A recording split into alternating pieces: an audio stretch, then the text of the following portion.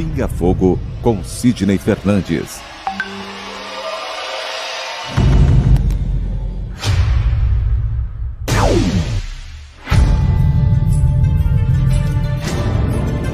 Porque nós não temos condição de saber exatamente ou saber ou relembrar como é a espiritualidade. Viktor Frankl, um dos maiores gênios do século XX. Ele é o criador da logoterapia. Diz que se a vida tem um propósito, o sofrimento também tem. A felicidade é um subproduto da rendição pessoal a outro ser. A partir do momento que eu me dedico ao próximo, a uma causa, que eu passo a ajudar o semelhante, procuro fazer este mundo um pouco melhor, naturalmente a felicidade me alcança.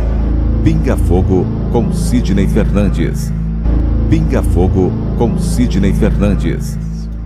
Boa tarde para você ligado nas transmissões do Centro Espírita Amor e Caridade. Nós estamos chegando para mais um programa Pinga Fogo. Que são tantos programas que eu tenho que pensar um pouco para ver qual programa que eu tô, para poder anunciar para vocês. Sejam bem-vindos, vocês que nos acompanham pelo Facebook do Centro Espírita Amor e Caridade, pelo nosso canal do YouTube, também pelo nosso site www.radioceac.com.br e também pela página do Sidney, escritor espírita Sidney Fernandes. Hoje não teremos o Sidney aqui respondendo as perguntas, teremos mais uma ilustre presença do nosso grande amigo Jorge Salomão. Boa tarde, Jorge, seja bem-vindo ao programa Pinga Fogo.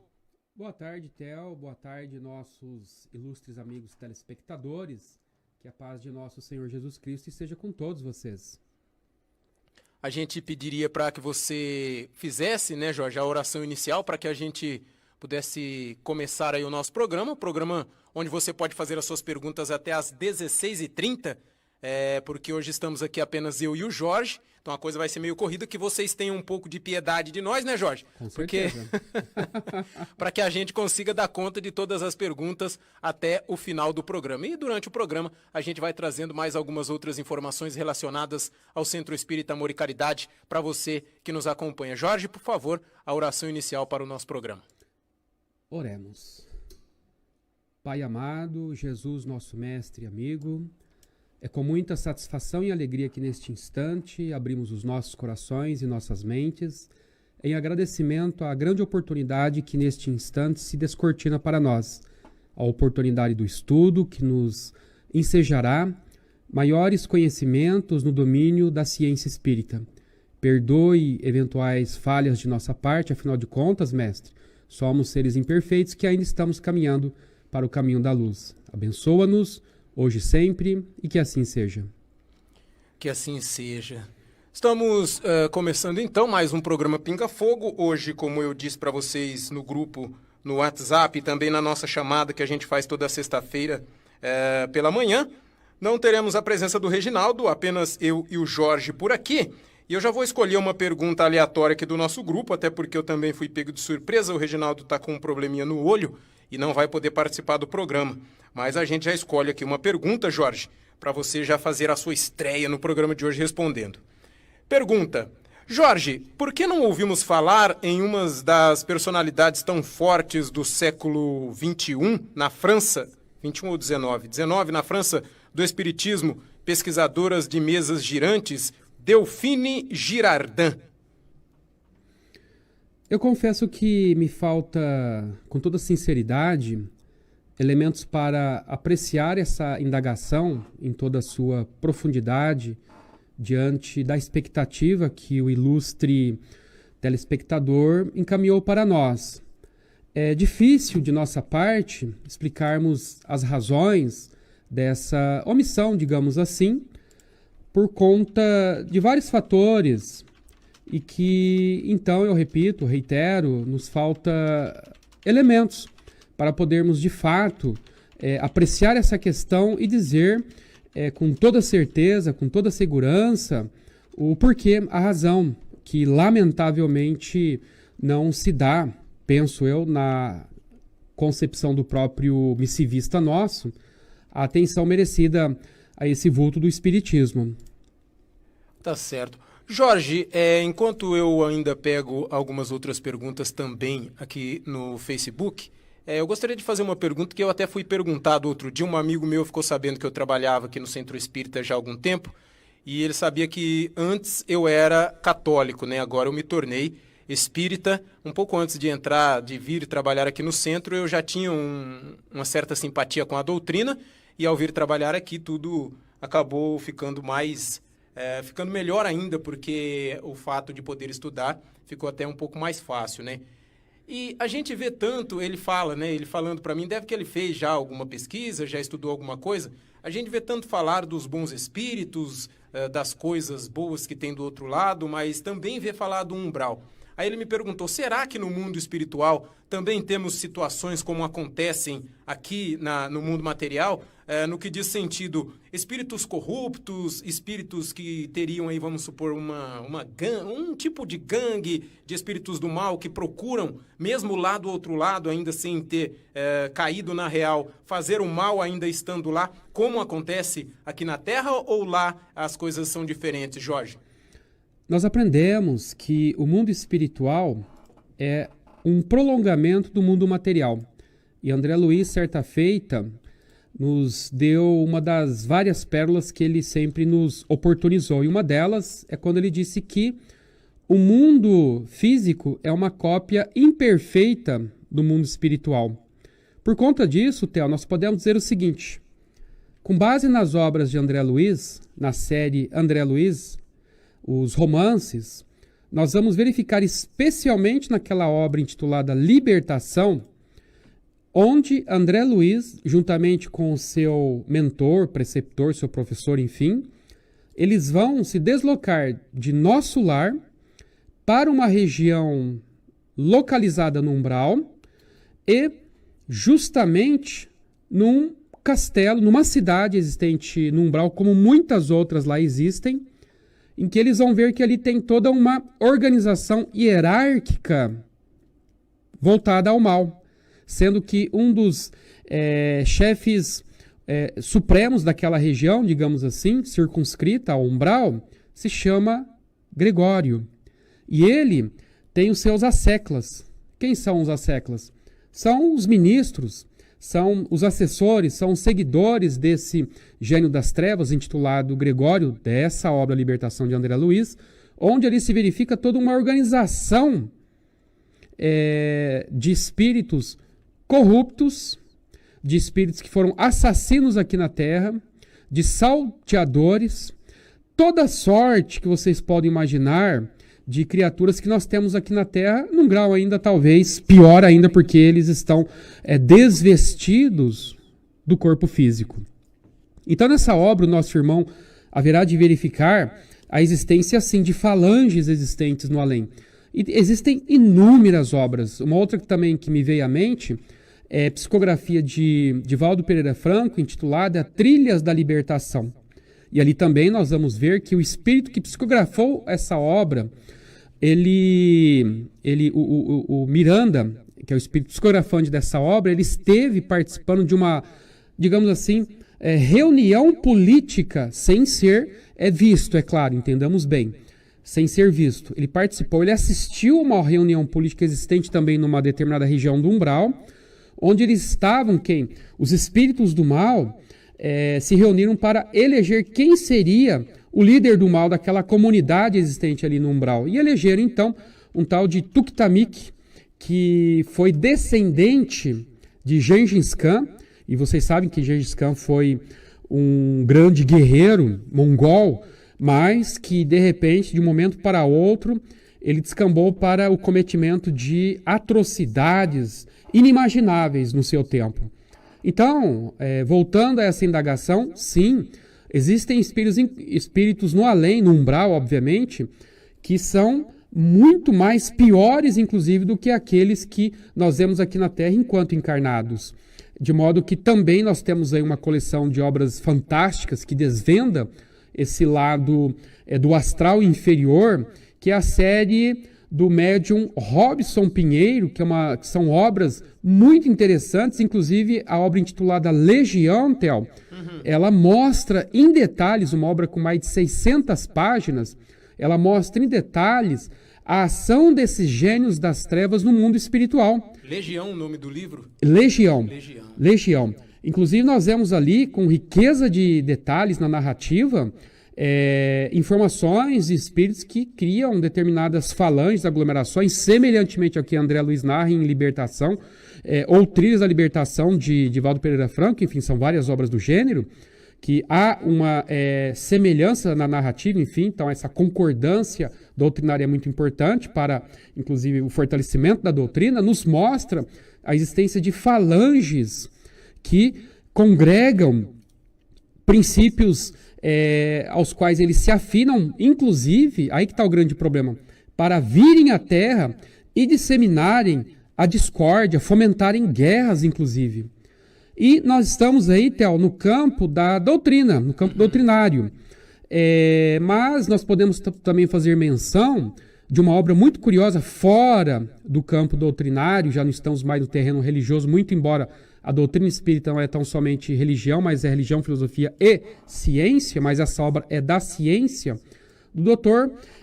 Wickland, que foi publicada no ano de 1929, no século passado, portanto, cujo título é 30 anos entre os mortos. E nessa obra, Theo, esse Dr. Wickland, que foi psiquiatra no seu tempo, ele, depois de desvendar o outro lado, a face oculta da realidade, que seria o mundo espiritual, que ele jamais aceitava ou admitia, mas com base em fatos, portanto, fatos incontestáveis, ele teve que se dobrar à realidade que então se apresentou, a visão dele, depois de vários anos de estudo e situações das quais ele estava ali como protagonista, juntamente com o além, e ele publicou essa obra, 30 anos entre os mortos, e nessa obra ele chega a dizer, inclusive, que existem entidades que nada mais foram homens aqui na Terra, que estão do outro lado da vida, se acotovelando com a humanidade encarnada,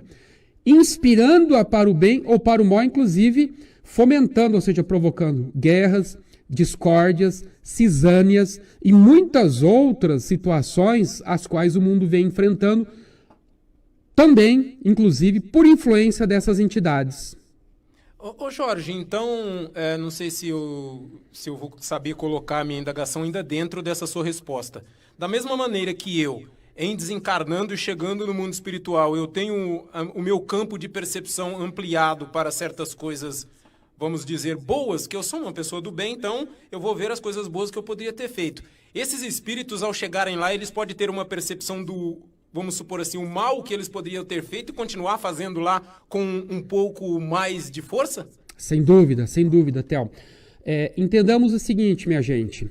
Tem uma frase muito interessante que eu costumo mencionar, e ela diz o seguinte, que a morte não significa mudança de conteúdo. Quer dizer, a morte ela é uma mudança de continente sem alteração do conteúdo. Significa que nós saímos do continente físico, material, nós iremos para o outro lado da vida, para outra dimensão, e do outro lado nós seremos quem nós fomos aqui na Terra, com as nossas luzes ou com as nossas sombras, porque a morte, obviamente, não torna nenhum de nós santo, bastando morrer para dizer, virou santo, como às vezes equivocadamente acontece. Não é isso. Nós seremos do outro lado que nós fomos aqui. E quanto mais bagagem no campo da luz nós levarmos para o outro lado da vida, tanto melhor, porque nós nos consorciaremos, ou seja, nós iremos nos associar àqueles que estão vibrando na mesma faixa de luminosidade que a nossa. Ao passo que se estivermos vibrando numa faixa da sombra, ou saímos daqui com a mala cheia de maldades, quem que nós encontraremos do outro lado, se não espíritos que serão afins nossos? E que, naturalmente, o mal que nós praticamos aqui na Terra, é muito provável que nós sejamos arregimentados, ou seja, recolhidos por essas falanges do mal, e aí, então, nós iremos fazer parte dessa falange de espíritos malignos que ou irão nos obsedar do outro lado, ou nos transformarão também em espíritos perturbadores. Entendi. Isso é muito sério, é muito grave. Não foi sem razão quando Jesus havia nos ensinado que orai, vigiai, para não cairdes em tentação. E André Luiz, volto novamente a mencionar aquela obra Libertação, ele nos diz que, à mercê da bondade divina, da espiritualidade superior, a Terra só não está numa situação pior da que nós vemos, ou ela enfrentou, por conta de termos esses espíritos amados, abnegados, trabalhadores do bem, que diariamente estão se acotovelando conosco aqui na Terra, evitando que esses espíritos que estão arregimentados ali no umbral não venham com toda a sua carga de malignidade injetar o vírus, pior ainda, das guerras, das disputas, das brigas e por aí vai. Porque nós somos, Theo, estamos num planeta de provas e expiações, e a característica desses mundos de provas e expiações, qual é? Senão ainda o imperativo do mal. Uhum. Em função disso, nós ficamos à mercê dessa nuvem de espíritos que estão naturalmente habitando o além inferior, o astral inferior, o umbral, e nós precisamos nos precatar porque, volta e meia, eles estão sim aí nos influenciando para o mal. Por isso nós temos que nos resguardar muito, como disse o Cristo. O próprio apóstolo dos gentios, Paulo, ele havia dito certa feita uma das suas falas o seguinte, que nós estamos rodeados por uma nuvem de testemunhas, que são os espíritos. É verdade. Jorge, tem aqui uma pergunta do nosso amigo Silvio, lá de Viseu, em Portugal, mas antes eu gostaria de deixar um recado aqui para os nossos amigos, que nós temos aí o SEAC, tem o trabalho de atendimento fraterno online. De vez em quando vai aparecer um QR Code na sua tela aí, você pode escanear aí com a tela do seu smartphone, você vai levar para uma página onde você terá mais informações. Ou se você preferir, mande uma mensagem para o WhatsApp no código 14 99162 7234, aí você vai ter todas as informações para agendamento e saber como funciona o nosso atendimento fraterno online do SEAC em tempos de pandemia, onde não podemos aí ter muito contato. Então, o SEAC disponibilizou esse trabalho aí para ajudar as pessoas à distância. Jorge, o Silvio, Silvio Bernardo, de Viseu, em Portugal, ele pergunta o seguinte: tal como existe o fio de prata, existe também o fio de ouro?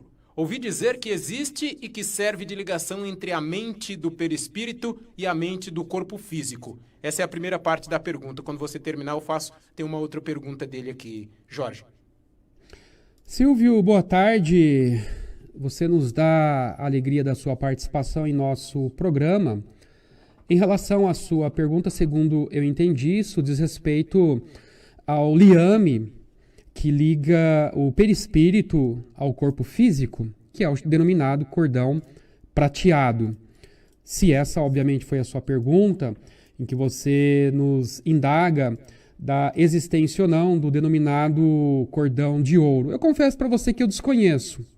Desconheço porque, dentre as centenas de obras da doutrina espírita que eu li, que eu estudei, as obras que eu digo, as obras da codificação, as obras complementares da codificação e os clássicos contemporâneos de Kardec, no que diz respeito a esse tema relacionado a esse cordão prateado ou fio perispiritual, enfim, com várias denominações, em momento algum, nessas literaturas que eu estudei, eu ouvi menção ao denominado cordão de ouro. Eu confesso para você que eu desconheço. Até então, o que eu conheço com base na doutrina dos espíritos, inclusive nos estudos de Kardec, é sim esse liame que nos prende o perispírito ao corpo físico, e que uma vez ocorrida a morte física, naturalmente ocorrerá a ruptura desse liame que vincula o espírito ao corpo e que não ouvi até hoje, mesmo no Livro dos Espíritos, que nós temos estudado aí gradativamente,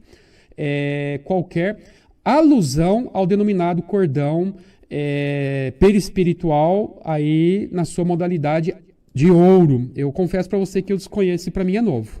Se foi essa, obviamente, a sua dúvida, a sua indagação. E, Jorge, ele tem na sequência aqui a pergunta, ele pergunta: como é realizada a ligação do fio de prata às células físicas?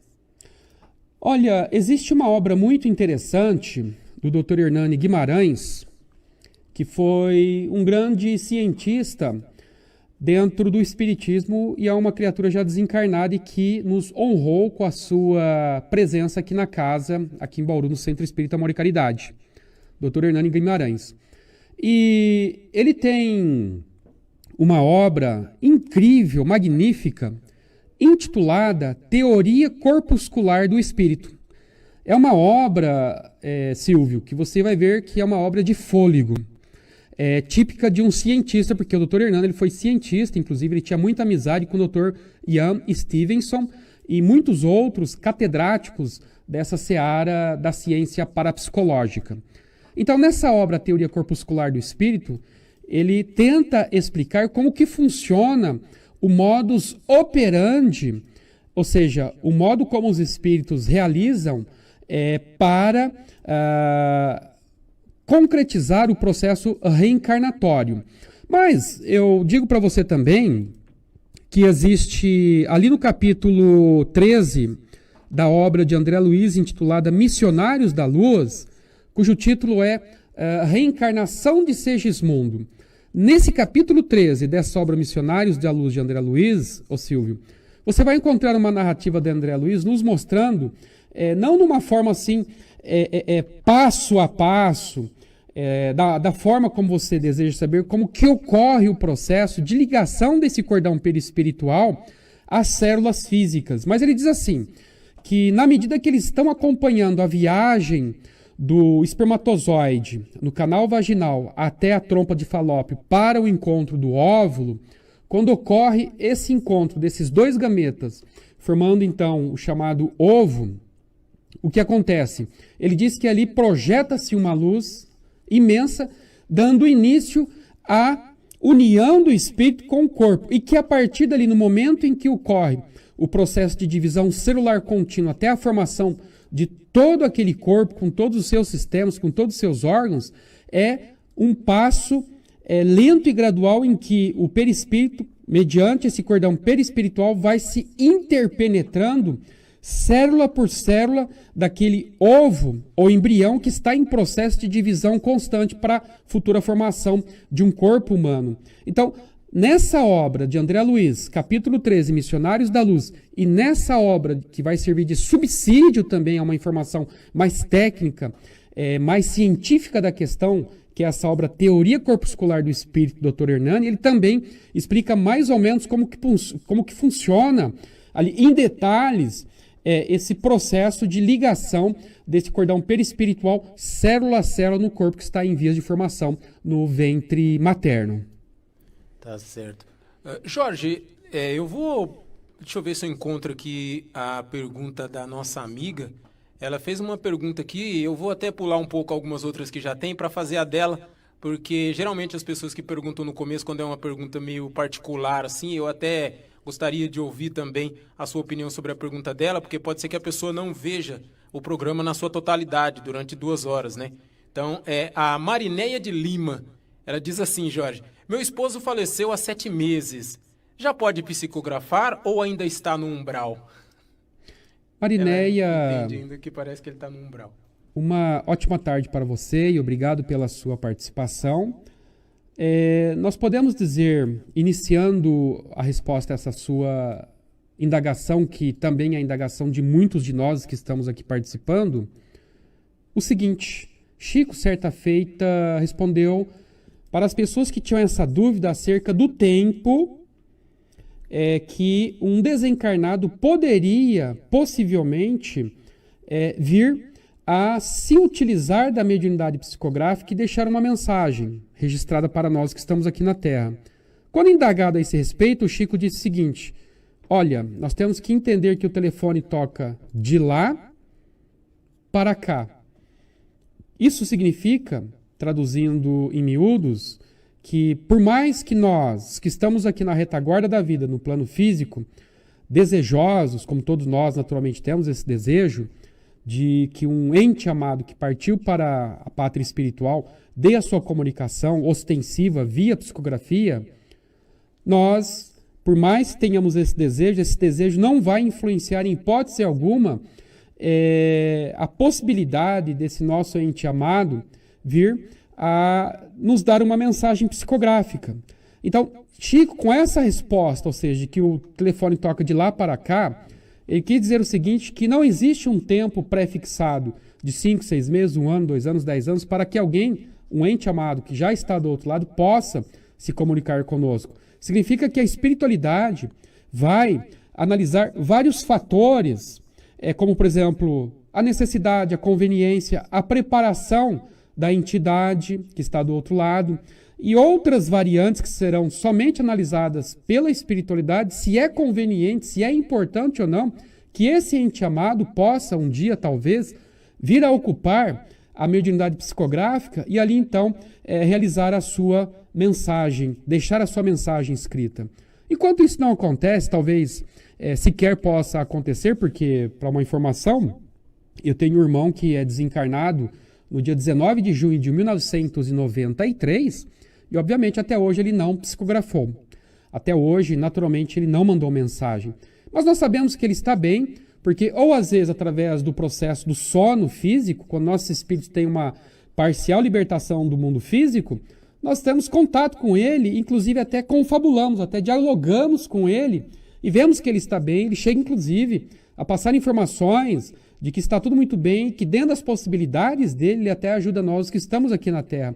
Então isso é um mecanismo de comunicação. Você jamais estará tolhida de acesso a esse seu ente amado, a esse seu esposo. E outra coisa, você mencionou no umbral. Nós não sabemos, porque nem todos os que desencarnam vão para o umbral, assim como nem todos que desencarnam vão para nosso lar. Vai depender muito, isso daí é uma análise íntima de cada um, sabermos se iremos ou não para o umbral, de conformidade com a nossa postura, a nossa conduta aqui na Terra. Ela que vai ditar, evidentemente, qual será a faixa de estação espiritual que nós ocuparemos de conformidade com as nossas atitudes, a nossa conduta, as nossas vibrações, a prevalência das trevas, das sombras ou da luz em nós. Então, quando você fala se ele está ou não no umbral, obviamente nós não temos como dar qualquer tipo de informação para você nesse sentido. O que podemos dizer é que os mortos ou os desencarnados, digamos assim, eles estão muito mais vivos do que nós, se comunicam conosco praticamente quase que diariamente, desde que nós assim estejamos preparados, haja obviamente por parte da espiritualidade a autorização para que esse conúbio, intercâmbio ocorra, não necessariamente pela psicografia, não necessariamente pela psicofonia ou mediunidade falante, mas via ondas mentais que eventualmente nós podemos receber. Theo, naquela obra de André Luiz intitulada A Vida Continua, nós temos um casal que estão ali num veículo em movimento. Então tem o motorista e tem a sua companheira que está do lado dele, e no banco traseiro quem que está lá? Um desencarnado parente deles ali. E que do nada, entre aspas, do nada, os dois, o casal ali na frente, começa a se recordar, nossa, estou com saudade do fulano, de repente me deu lembrança dele e tal, etc. Essa lembrança, o que é? É o espírito que está ali, junto deles, transmitindo a sua vibração e eles acabaram captando. Então, é um processo de comunicação. De repente, quando nós não estamos pensando em nada e vem à mente um pensamento, uma ideia, um sentimento daquele nosso ente amado, que nós, obviamente, não estávamos ali, ao menos naquele momento, pensando nele, de repente vem aquele pensamento, pode ser que eventualmente ele esteja se comunicando conosco. Ora que nós, então, temos que aproveitar para fazermos uma prece, agradecer a Deus essa oportunidade e tentarmos confabular, ou seja, conversar com ele naquele momento, dizer que está tudo bem, que ele esteja bem, e por aí vai. Ô Jorge, nessa situação que você colocou, né, que o Chico citou, que o telefone só toca do lado de lá, e veio uma imagem na minha cabeça, tipo assim, o telefone só toca de lá para cá, mas para isso a pessoa de lá tem que ter créditos para fazer essa ligação e tem que ter uma necessidade para fazer essa ligação, que você nunca vai pegar seu celular e ligar para uma pessoa sem ter... você não vai conseguir ligar sem ter crédito, e outra, se você não tiver assunto, não tiver o que falar, você não vai ligar. Eu acredito que deva funcionar, o processo deve ser dessa mesma maneira, né? Quando tem necessidade e a pessoa tem o crédito para isso, ela faz. Quando não precisa, que é aquela coisa natural, não tem para que esse contato, né? A sua analogia é bem inteligente, parabéns, realmente, é bem isso mesmo. Vai depender de vários fatores. Dentre eles, que nem você mencionou, a questão do merecimento. haviam muitas pessoas que iam para Pedro Leopoldo ou para Uberaba para procurar, enquanto o Chico estava aqui encarnado e no auge do seu trabalho mediúnico, psicográfico, pais, irmãos, parentes, amigos, enfim, que iam procurar o Chico para obter daqueles que partiram alguma mensagem deles do além. E muitos, inclusive, não receberam. Muitos, inclusive, não recebiam essas mensagens, porque é uma questão de conveniência que não dá para nós apreciarmos, porque isso depende muito da decisão vinda do mundo espiritual.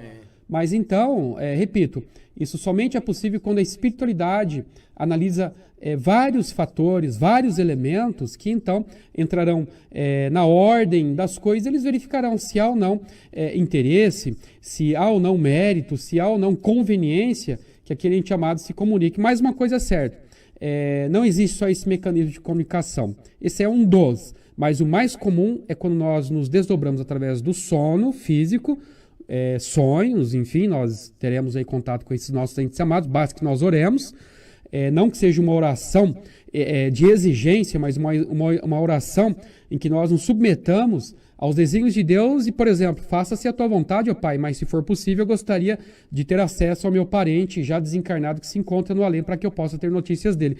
E se for do nosso merecimento, e se essa criatura estiver preparada, a espiritualidade com certeza vai nos propiciar essa viagem ao além e em que nós nos comunicaremos diretamente com essas criaturas sem qualquer intermediação.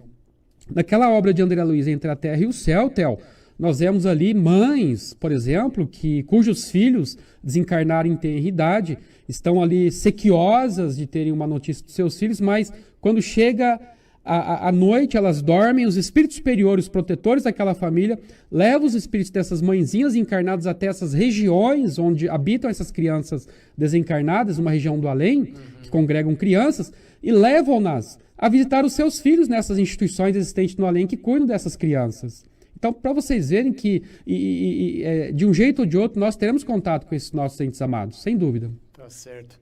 Ô Jorge, tem uma pergunta aqui do nosso amigo, deixa eu ver, que é o Jair. O Jair é aqui de Bauru, ele nos acompanha pela página do Facebook do Sidney. Ele pergunta assim, como identificar um karma, Jorge? Como identificar um karma? O karma é uma expressão muito utilizada pelos nossos irmãos, os orientais, que, em outras palavras, significa causa e efeito. Como disse Jesus, a cada um será dado segundo as suas obras. Então, karma, nós identificamos o karma, ou seja, uma situação inevitável e imutável pela qual nós temos que enfrentar, com base naquela informação, Theo, dada por Emmanuel, naquela obra intitulada Pensamento e Vida. Ali no capítulo 19, ou salvo engano 22 dessa obra, ele diz como nós podemos identificar o karma. O karma se identifica quando, evidentemente, determinadas situações da vida são imutáveis e inevitáveis. Aí ele cita como exemplo nascimentos cujas crianças já trazem ao nascer determinadas patologias incuráveis. Entram na vida com determinados aleijões ou determinadas situações da vida que não há como nós mudarmos aquilo. Porém, Theo, o karma, embora ele tenha a característica da inevitabilidade e da imutabilidade, Pedro, no seu evangelho, ali encartado na Bíblia, no Novo Testamento, no capítulo 4, versículo 8, Pedro disse o seguinte: e em verdade vos digo que ameis uns aos outros com intensidade, porque o amor cobre a multidão de pecados.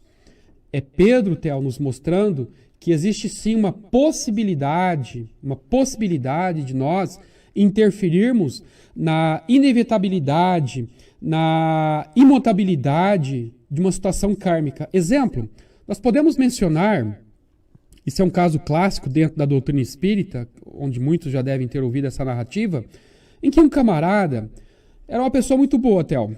Uma criatura boníssima, um doce, ali no meio social onde ele estava inserido. Então, cumprindo mais um dia de atividade, de repente aconteceu dele se acidentar nessa empresa. Ele era operário. E nisso ele veio a ter um dedo da mão decepado. E, obviamente, foi aquela correria, foi para o hospital, suturou, etc e tal, mas enfim, perdeu o dedo. E muitos ficaram ali, tipo, se perguntando, nossa, justamente aconteceu isso com o fulano, um cara tão bom, um cara tão maravilhoso, quando há tantas pessoas que não valem nada nessa vida e não acontece nada, e foi acontecer com uma pessoa boa, um homem de Deus. Só que, curiosamente, Theo, esse camarada, ele era espírita e ele frequentava um grupo mediúnico. E certa feita ele estava lá nesse grupo mediúnico um pouquinho chateadão com o que havia acontecido, e veio um mentor amigo e se comunicou através da mediunidade e disse assim, meu filho, você está chateado com o que aconteceu, mas vou lhe dizer o seguinte, é para você se alegrar, porque era para você ter perdido um braço inteiro, você perdeu só um dedo. Porque no Brasil colônia, no tempo da escravatura, você foi um senhor de engenho que quando os escravos faziam alguma coisa de errado, te contrariava, você mandava colocar o braço deles na moenda. Você triturava o braço deles ou as pernas deles. Então era para você perder a perna ou um braço inteiro. Você perdeu só um dedo. Mas como você amou muito, como você amealhou méritos, adquiriu merecimento pela grande extensão de obra no campo da caridade, do amor, da compreensão e da espiritualidade que você vem realizando ao longo desses anos na sua vida, isso amenizou o karma. Ou seja, para quem ia perder um braço, perdeu só um dedo, tá de bom tamanho. Tá no lucro, né? Então nós vemos aí que o karma, em regra, ele é imutável. Nós teremos que passar por aquilo conforme diz Emmanuel, que a característica de uma situação kármica é a imutabilidade, é a inevitabilidade daquela situação. Ou seja, inevitavelmente nós enfrentaremos aquilo com um choro ou não. Todavia, a exceção é que, eventualmente, aí quem define a espiritualidade e não nossas meras teorias, a espiritualidade quem define isso, pode ser nesse exemplo que nós demos para vocês, que esse karma possa vir a sofrer um abrandamento e a criatura não ter que passar por aquilo totalmente. Mas para isso existem também aí vários elementos a serem analisados, apreciados pela espiritualidade superior. Hoje no programa Pinga Fogo, respondendo às perguntas de vocês que nos acompanham, Jorge Salomão. Sidney Fernandes hoje não está aqui conosco, mas com certeza está nos acompanhando. Um grande abraço para o Sidney. Um grande abraço também para o Sérgio Totti, que me auxilia aqui nas perguntas tanto do Facebook, do YouTube e também da página do Sidney Fernandes, Jonathan Santos e Reginaldo Viana, na retaguarda aqui da nossa programação. Sérgio, agora a pergunta vem daqui de pertinho, de Agudos. O nome da nossa amiga é Cláudia. Sérgio, eu falei Sérgio, né? Jorge, perdão. A Cláudia de Agudos, ela pergunta: após algum tempo de mediunidade, ela pode mudar a sua característica, tipo de vidente para psicográfica? Naturalmente que sim, Cláudia. Obrigado pela sua participação. Nós vemos isso, por exemplo, naquela obra de Herculano Pires, um grande expoente do espiritismo, que Emmanuel chegou a dizer o seguinte. Emmanuel disse em relação à pessoa de Herculano Pires, que Herculano Pires foi a régua que melhor soube medir Kardec. Olha só, Theo. Um elogio vindo de Emmanuel.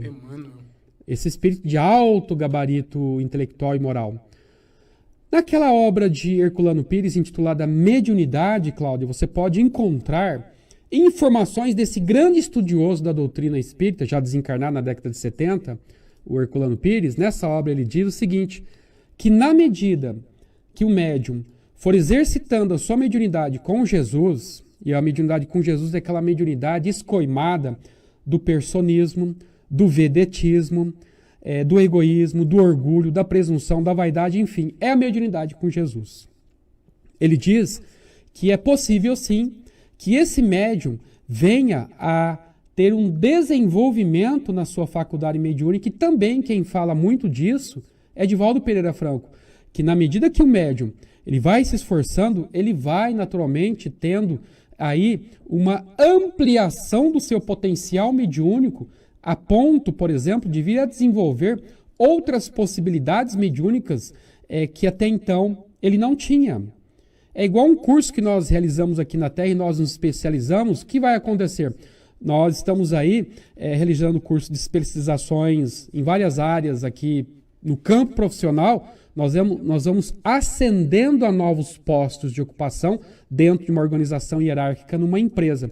Do mesmo modo, claro que com as suas variantes aí, mudando o que deve ser mudado, ocorre também no campo mediúnico, mas obviamente o médium não pode, em hipótese alguma, criar essa ideia de que o que ele fizer aqui amanhã vai ter uma mediunidade diferente. Por exemplo, sair de médium psicofônico consciente para semiconsciente, de semiconsciente para inconsciente, ou desenvolver determinados fenômenos, por exemplo, vidência, audiência, clarividência, clareaudiência, psicometria e muitos outros fenômenos relacionados ao aspecto mediúnico ou anímico. Então, voltando à sua pergunta, a resposta é sim. O médium pode sim vir a ampliar os seus potenciais, mas para isso é preciso trabalhar com Jesus, estudar muito, trabalhar bastante no campo do bem, aprimorar-se constantemente no campo do estudo e da prática do exercício da faculdade mediúnica e do bem e do amor ao próximo. São 15 horas e 45 minutos. Mais uma pergunta aqui para o nosso amigo Jorge. A Ana, agora eu acertei, né, Jorge? Eu falei certo agora. Tá valendo. A Ana de Pederneiras. É interessante essa pergunta. Podemos receber mensagens de espíritos que desencarnaram ainda crianças? Podemos sim, com certeza. Amiga, boa tarde, Ana. É um prazer tê-la em nossa companhia e obrigado pela sua participação. Se você pegar aquela obra intitulada Vitória, você vai verificar, amiga, que essa obra ela tem ali registros de comunicações psicográficas dadas pelo Chico Xavier. E o lindo desse livro, Theo, intitulado Vitória, é que ali tem a foto do espírito comunicante, tem ali todas as informações bibliográficas dessa criatura, cidade, ano do desencarne, ano do nascimento, etc. Vários detalhes. E depois vem a mensagem. E ali, nessa obra, eu vi, tem a foto de um menino, criança. O menino na época tinha 8 anos de idade, e ele então se comunicou pela mediunidade de Francisco Cândido Xavier e deu a sua comunicação psicográfica. Então é possível sim, mesmo porque existe uma prova irrefutável nessa obra intitulada Vitória, e você vai localizar esse menino comunicante de apenas 8 anos de idade, tendo se comunicado pela mediunidade do Chico Xavier, dando a sua mensagem de consolo e conforto aos pais que ficaram aqui na retaguarda. Agora a pergunta é de quem? Deixa eu ver aqui, da Maria de Bauru.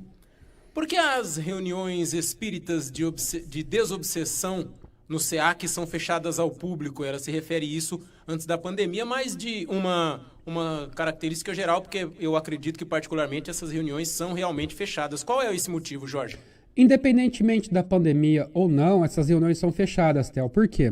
Obrigado, Maria, pela sua participação, que Deus abençoe. É muito importante que vocês participem sim. Independentemente da existência de pandemia ou não, essas reuniões, elas são restritas. Elas têm caráter restrito. É porque é um privilégio para os que participam dessa reunião? Não é um privilégio. Existe todo um preparo. De modo que aqueles que não têm preparo algum ingressam para essas reuniões, é possível, há um risco muito grande dessas pessoas que ingressam nessas reuniões sem o devido preparo e o conhecimento necessário para lidar com as forças espirituais, saiam dessas reuniões acompanhados dessas entidades. Isso pode até inclusive gerar processos obsessivos graves, como já aconteceu no passado.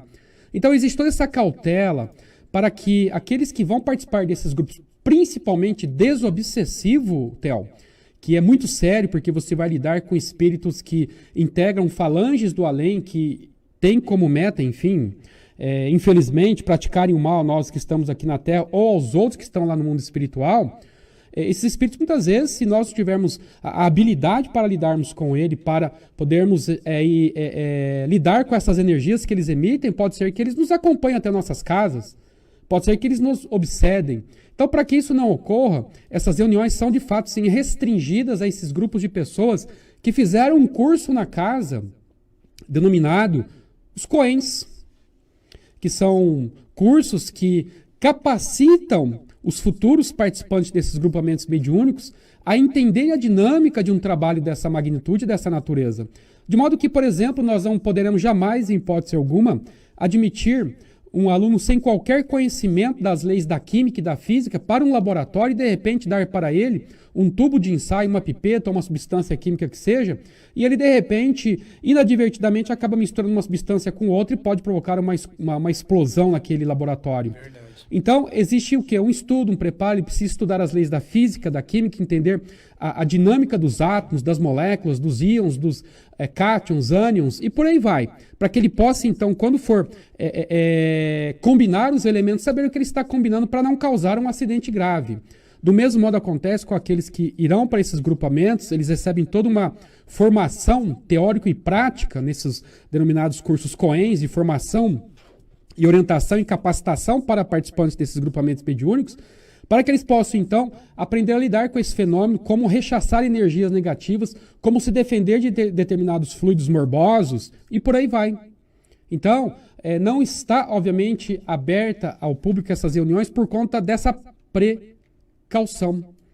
Existe uma precaução até mesmo para se tomar cuidado com aqueles que eventualmente querem se enveredar para um terreno que não conhecem. Então nós precisamos conhecer, porque o Cristo, Theo, havia dito o seguinte: conhecereis a verdade, e a verdade vos libertará. E o que é verdade, senão nós entendermos a dinâmica desses processos de comunicação do mundo além com os que estamos nós aqui na Terra encarnados, para que não sejamos futuramente ludibriados ou que nos tornemos marionetes ou joguetes nas mãos dessas entidades que muitas vezes querem pegar os incautos, ou seja, os despreparados, e aí então se acoplarem a ele e causar um processo de sugação de energia ou chamado vampirismo, que nada mais é do que obsessões terríveis. É por isso, é mais por precaução, não é privilégio, não é simplesmente para se criar um grupo aí à parte, com pessoas aí que têm a aura de sabe tudo, ou pessoas que estão aí dentro de uma questão esotérica. Não, absolutamente nada disso. É mais por precaução, é mais para fazer com que as pessoas possam participar desse grupo mais capacitados para lidar com essas forças das trevas ou não, e que ainda nós sequer conhecemos na sua integralidade. A próxima pergunta aqui no nosso programa Pinga Fogo, hoje, Jorge Salomão respondendo às perguntas dos nossos amigos das redes sociais do Centro Espírita Amor e Caridade e também do escritor espírita Sidney Fernandes. Muito obrigado, Sérgio Totti, por estar me ajudando aqui a pegar as perguntas e passá-las até o Jorge. Jorge, a Irene Polon faz a seguinte pergunta: eu gosto muito de dramaturgia, ver os atores contracenarem filmes, novelas e teatro. Gosto de ver os atores incorporar um personagem que parece de verdade, imitando a vida real. O que a doutrina espírita tem a dizer sobre esses personagens? Pode haver colaboração ou incorporação de espírito? Pois tem atores talentosos, por exemplo, Fernanda Montenegro, que quando está atuando, a gente vê o personagem menos ela. A doutrina espírita tem alguma coisa a dizer? Você sabe, você tem alguma coisa para nos falar sobre esse tipo de situação, Jorge? Olá, Irene, boa tarde, obrigado pela sua maravilhosa participação. Posso afirmar para você com toda certeza, Irene, que sim. Há artistas que inclusive já até deram seus depoimentos que num determinado instante em que eles estão ali vivenciando aquele papel, eles já não mais sentem que são eles enquanto artistas, mas que eles já estão inclusive incorporando, digamos assim, encarnando o próprio personagem. E eu posso dizer para você o seguinte, Irene, que na obra de Kardec, intitulada Livro dos Médiuns, tem uma passagem muito curiosa, eu não vou me recordar o capítulo, mas está no Livro dos Médiuns, em que os espíritos comentaram para Kardec que, por exemplo, eles estavam assistindo a uma ópera, o Oberon, aqui na Terra. Os espíritos estavam assistindo. Você pode pegar esse aí também no Livro dos Espíritos, que trata ali, por exemplo, dos espíritos em relação à cultura, às artes. Então, eles estavam assistindo uma ópera aqui na Terra intitulada Oberon, e os espíritos perceberam que os músicos, todos os integrantes daquela sinfonia, eles estavam meio como que descompassados. E os espíritos que estavam assistindo, eram espíritos aí que tinham lá um certo grau de evolução, entenderam por bem ajudar os integrantes daquela sinfonia e acabaram por influenciá-los positivamente, magnetizando todos os integrantes daquela sinfonia, quando de repente as pessoas que estavam até então um pouco, até mesmo bocejando com aquela sinfonia meio desagradável, viram que de repente uma hora para outra mudou. Mudou a partir do momento que esses espíritos acabaram injetando uma dose de ânimo, portanto, de magnetismo espiritual aos músicos, aos que estavam ali participando de todo esse evento artístico, cultural, e isso nos mostra, portanto, que a espiritualidade, quando percebe que a arte ela vai desenvolver aí ideias positivas, favoráveis, etc. Os espíritos superiores tomam partido, digamos assim. E muitos, então, os que estão aqui na Terra, que são artistas, eles têm aí, por exemplo, uma sensibilidade aguçada, ampliada pela própria espiritualidade, que vê naquilo algo de interessante para que a população possa, de fato, acompanhar aquilo de uma forma mais dinâmica, mais magnetizada, mais espiritualizada, digamos assim, e eles interferem de forma positiva, conforme tem nessa narrativa que eu estou passando aí para vocês. Então existe a possibilidade, sim, sem dúvida alguma. Tá certo. Jorge, a próxima pergunta vem do José Roberto, ele também é da cidade de Agudos. Se existem tantos caminhos adequados para buscar Deus, por que há tanta briga para defender qual é a melhor religião? Boa tarde, José. Obrigado pela sua participação, obrigado pela sua pergunta. Bom, minha gente, o negócio é o seguinte, as religiões são caminhos, e são caminhos bons, todas elas indistintamente. As religiões, obviamente, que se prezem a fazer com que nós, os homens, a humanidade, nos modifiquemos moralmente falando. Então, religiões são caminhos. Se eu perguntar para você, Theo, por exemplo, ô Theo, eu não sou de Bauru, e onde fica o Centro Espírita Amor e Caridade? E você vai dizer, olha, o Centro Espírita Amor e Caridade, Jorge, para você chegar até lá, você pega a rua tal, YZ e assim vai. E de repente, em um determinado momento do meu roteiro, eu pergunto para mais alguém, olha, onde fica o Centro Espírita Amor e Caridade? Pergunto para 2, 3, 4 pessoas. O que vai acontecer? O Theo explicou de uma forma, mas para que eu atinja o objetivo, que é chegar no SEAC. O interrogado B, eu perguntei para ele, onde chega ao SEAC, ele passou também, mas por caminhos diferentes, mas para eu chegar no SEAC.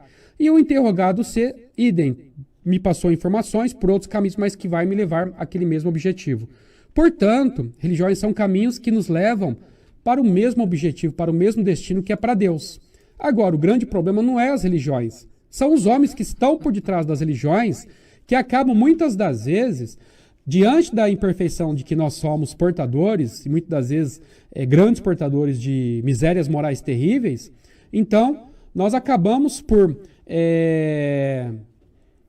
deixar que esse lado sombra nosso impere, e então nós criamos essas rivalidades desnecessárias, inúteis e não queridas por Deus, por conta dessa ou daquela denominação religiosa, mas isso fomentado não pela religião em si, mas pelos homens. Então não são as instituições que são corruptas, não são as religiões que são más, mas sim aqueles que estão dirigindo de forma má, sombria, essas religiões, essas instituições. Então, infelizmente, onde há o elemento humano, e quando há esse elemento humano que tenha más intenções, aí ele acaba, infelizmente, maculando a imagem daquele símbolo, daquela instituição, daquela igreja, daquele centro, enfim, da religião, gerando essas confusões. Então, as religiões não são más, jamais. Todas são boas porque, no exemplo que eu dei inicialmente, vão nos levar a um destino que é o destino de fazer com que nós sejamos encaminhados a Deus através de nossas ações, de nossa moralização. Agora, o problema está em quem dirige. Em quem dirige essas religiões. Os seus representantes. O problema está nos representantes, não exatamente nas religiões. E a Francisca de Botucatu, você meio que acabou, né, respondendo a pergunta dela, mas eu vou só externá-la para que ela possa saber que a gente também viu aqui a indagação dela, que ela disse se existem várias formas de buscar a espiritualidade e essas independem de religiões, então qual o papel das religiões nesse contexto, que foi o que você acabou de explicar para nós aí, né, Jorge? Sem dúvida. Obrigado, Francisco, pela sua participação. Exatamente é isso aí que nós havíamos falado. A Joyce, através do grupo Pinga Fogo, no WhatsApp, ela pergunta assim, faz um ano que sinto, ela não é bem uma pergunta, é uma indagação, é uma colocação, já faz um ano que sinto uma energia ou toque suave, às vezes parece um formigamento no topo da testa. Seria presença espiritual ou algo ligado ao chakra coronário? Olá, Joyce, uma ótima tarde para você e obrigado pela sua participação. Olha, para que possamos responder essa sua pergunta, lembrando que nós estamos aqui sem os meios necessários de obter de forma ampla esse aspecto fenomênico que eventualmente você esteja narrando. Eu queria saber o seguinte, isso ocorre em qualquer lugar, em qualquer hora do dia? Ou isso ocorre quando você, por exemplo, está ao centro, se é que você é espírita, enfim, eu estou aí contra-perguntando, tá? Por quê? Porque essas contra-perguntas são muito importantes para que nós possamos chegar a uma resposta para você. Mas vamos levar em consideração que essa ocorrência fenomênica esteja se dando dentro da casa espírita justamente no momento em que você participa de um grupo mediúnico. Opa, isso é interessante, por quê? Uma reunião mediúnica é um laboratório, onde nós somos testados, os integrantes desse grupo mediúnico, dentro de nossas possibilidades psíquicas, dentro de nossas possibilidades medianímicas, e em que os espíritos vão verificando, nos testando a que ponto nós podemos chegar no desenvolvimento ou na ampliação daquela faculdade através da corrente de energia que eles fomentam dentro daquele grupamento. Tá? Então, se isso estiver acontecendo dentro de um grupo mediúnico, pode ter, não tenha dúvida alguma que isso se trata de um processo de testagem fomentada pela espiritualidade superior daquele responsável por aquele trabalho, que está ali calibrando alguns pontos do seu perispírito, especificamente como você mesmo mencionou, no chakra coronário frontal, até onde eu me recordo que você falou aí, para que você possa então ter uma amplificação de determinadas percepções medianímicas ou psíquicas, tá? Agora, se estiver acontecendo no cotidiano da sua vida, é preciso que nós verifiquemos, preciso que você verifique quais as causas que eventualmente estejam produzindo esse tipo de sensação. Será que não é um problema de natureza orgânica? Não sei. Será que é algum problema de natureza psíquica, psicológica, emocional? Não sei. Será que é algum problema de natureza alimentar? Também não sei. Então, por isso que seria interessante, para que possamos definir a resposta a essa sua pergunta, que tivéssemos maiores elementos, por exemplo, se você está tendo esses sintomas, essa sintomatologia dentro de um grupo mediúnico, na casa espírita, ou no momento que você faz o evangelho, no momento que você ora, ou isso indiscriminadamente ocorre quando você está, por exemplo, no seu trabalho, na sua casa, na rua, nos falta elementos, Theo, mas...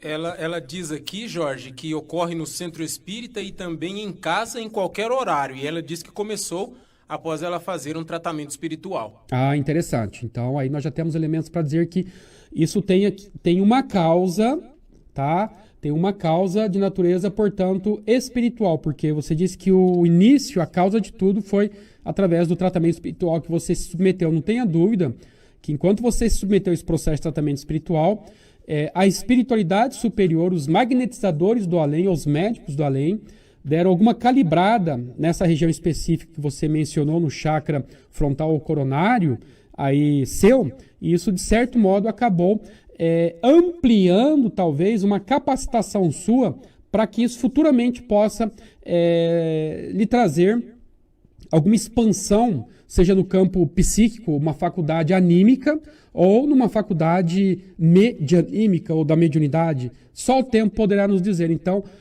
sem dúvida alguma, agora, com esses complementos de informação, nós podemos dizer que, naturalmente, isso foi algo provocado pela espiritualidade, de forma, obviamente, saudável, através de um processo que você se submeteu, em que eles muito provavelmente deram uma calibrada nesses chakras mencionados aí, e isso, então, passou a fazer com que você tivesse essa sintomatologia positiva, entenda bem, positiva, que futuramente isso pode vir a favorecer você num desenvolvimento ou numa ampliação de alguma faculdade, repito, anímica ou mediúnica.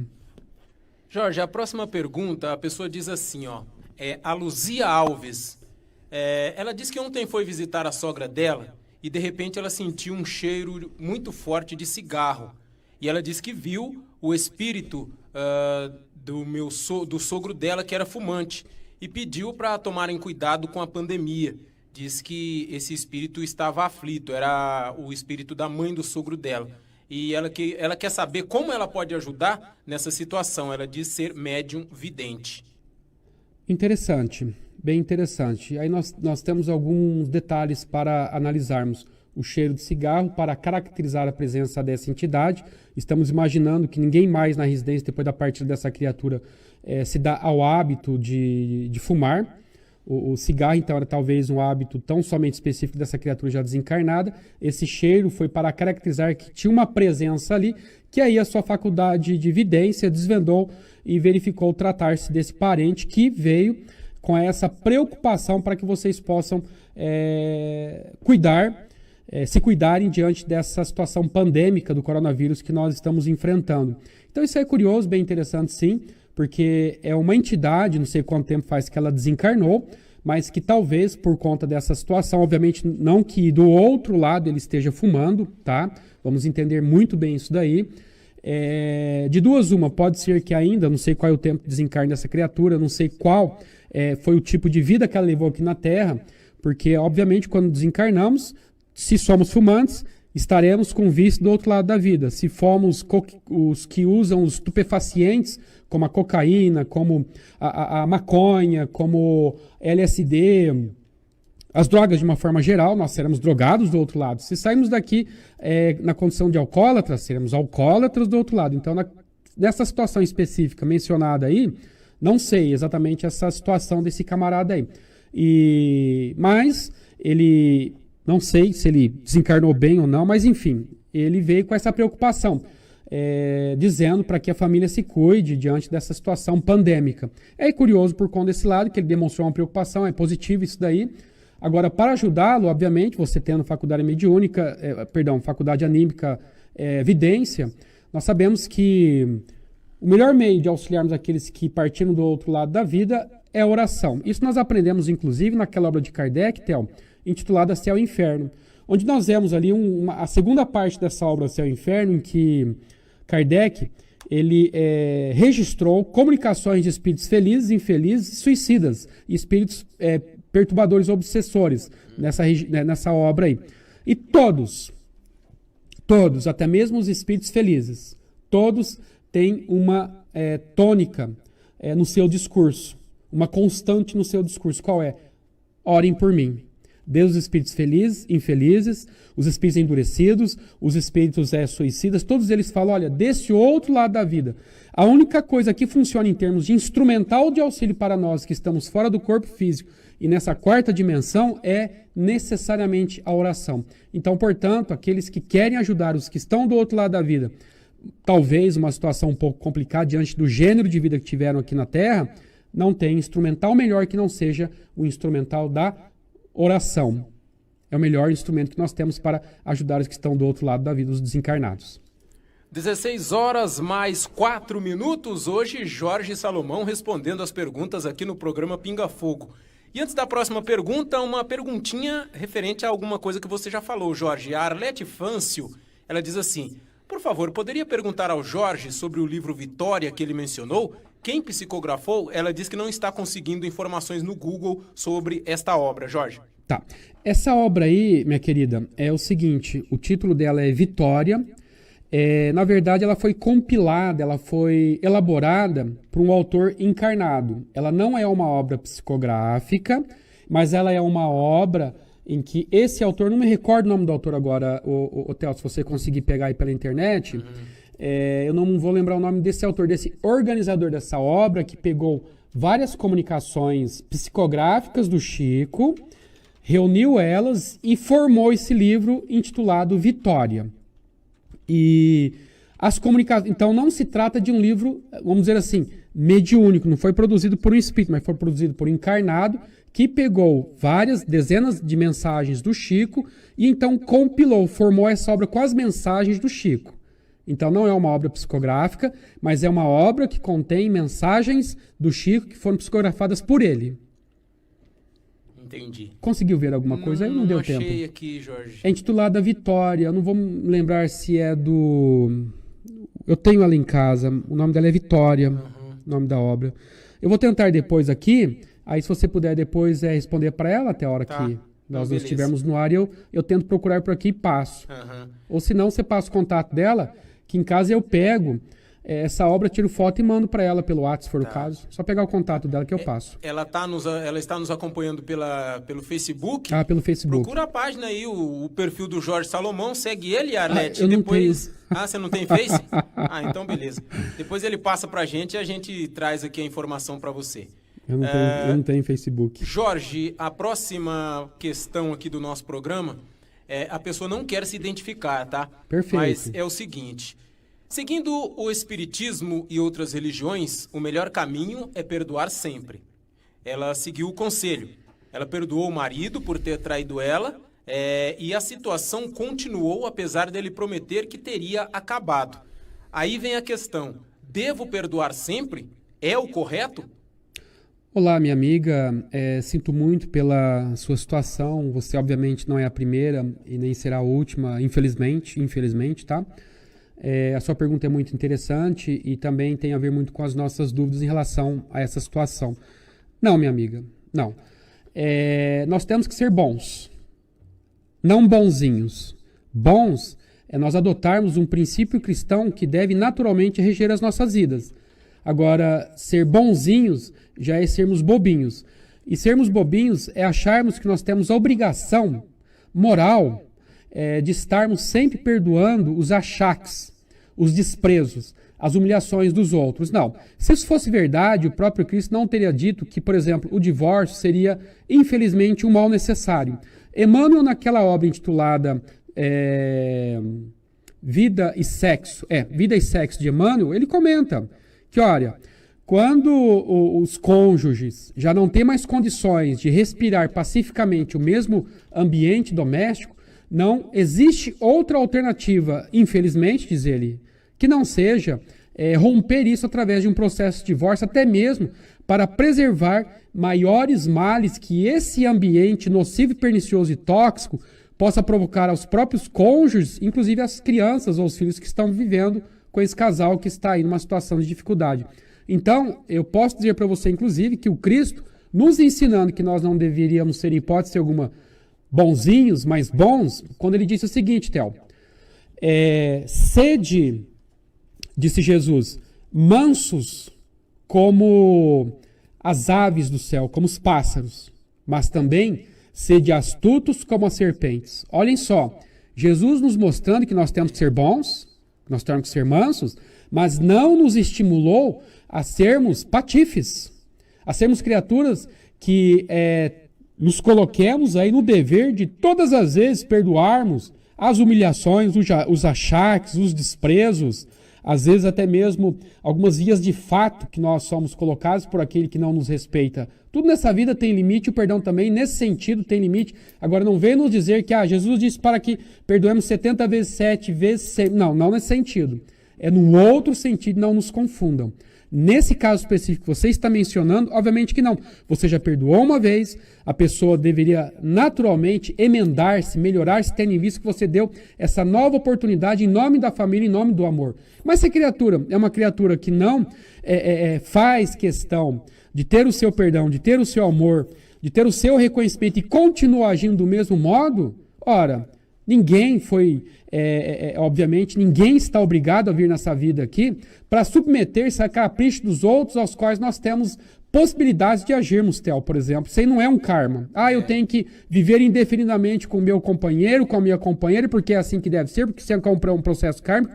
Muito pelo contrário, todos nós temos direito de sermos felizes. E quando vemos que determinadas situações não nos fazem bem, não nos deixam felizes, existem mecanismos legais, existem mecanismos morais para que nós possamos pôr fim a essa situação de sofrimento, porque ninguém veio ao mundo para sofrer, disse Emmanuel. Então, não tem que perdoar sempre, não, nesse sentido que você está dizendo. Ou seja, colocando de novo aqui no ar, criatura foi traída uma vez, perdoou em nome do amor, da família, do histórico familiar, etc e tal. Mas a criatura continuou mantendo o mesmo comportamento, tem que perdoar de novo? Não, aí já chega. Tudo tem limite nessa vida. O próprio Emmanuel, nessa obra Vida e Sexo, ele diz que também dentro de um relacionamento há certas situações que têm que ser limitadas, porque senão nós vamos aí perder a nossa identidade, nós vamos nos anular. E Emmanuel nos diz nessa obra Vida e Sexo que ninguém deve se anular em nome do amor, em nome de um ideal. Muito pelo contrário. Cada um tem que ter preservada a sua identidade e tem que se fazer respeitar. Inclusive, isso é bom e a espiritualidade, inclusive, quer que assim seja. Eu encontrei aqui um livro, não sei se é esse, Jorge. A capa tem uma pessoa segurando uma lanterna, escrito Vitória assim no pé. O nome desse Quem que é o fez a autor? compilação, Elias Barbosa. Esse mesmo, perfeito. Elias Barbosa, Arlete. Espíritos Diversos. Exatamente, é do Elias Barbosa. Eu estava tentando lembrar desse autor, é do Elias Barbosa. É Vitória. A capa, Arlete, tem uma pessoa segurando uma lanterna, escrito embaixo, assim, em letras grandes, em branco, a palavra Vitória. Então o Jorge acabou de confirmar pra gente esse mesmo, Arlete. Ele tem fotos dos desencarnados e tem as mensagens. É um livro emocionante, inclusive. É do Elias Barbosa. Bem, obrigado, Theo, pela força aí. A Maria, aqui de Bauru, ela pergunta o seguinte: eutanásia em humanos não é aprovada em alguns países e na maioria das religiões. Sacrificar um animal de estimação que está com alguma doença terminal seria pecado? Não é pecado. No campo humano, obviamente, nós sabemos que há implicações no que diz respeito à existencialidade daquela criatura que vai ter que passar por aquela situação de expiação, muitas das vezes num estado, digamos aí, vegetativo, e que a nossa legislação proíbe. Os próprios espíritos disseram a Kardec no Livro dos Espíritos que a eutanásia não é uma prática bem vista aos olhos de Deus. Na Suíça nós temos uma clínica que pratica a eutanásia, mas a princípio tem ela, e me parece que depois surgiu uma recentemente na Holanda que permite isso daí, mas são coisas muito pontuais desses países aí. Na Suíça é a clínica Dignitas. Tem até brasileiros inscritos, inclusive, que saem daqui para se matar lá. Isso é suicídio, tá? Isso é suicídio. Isso estou falando no campo nosso, humano. Nós temos aí nossos compromissos kármicos espirituais, tá? Agora, no tocante aos animais, até mesmo para preservar que o bicho passe por aquela situação de dificuldade, porque o animal não tem um processo kármico como nós. É muito diferente de nós, os humanos.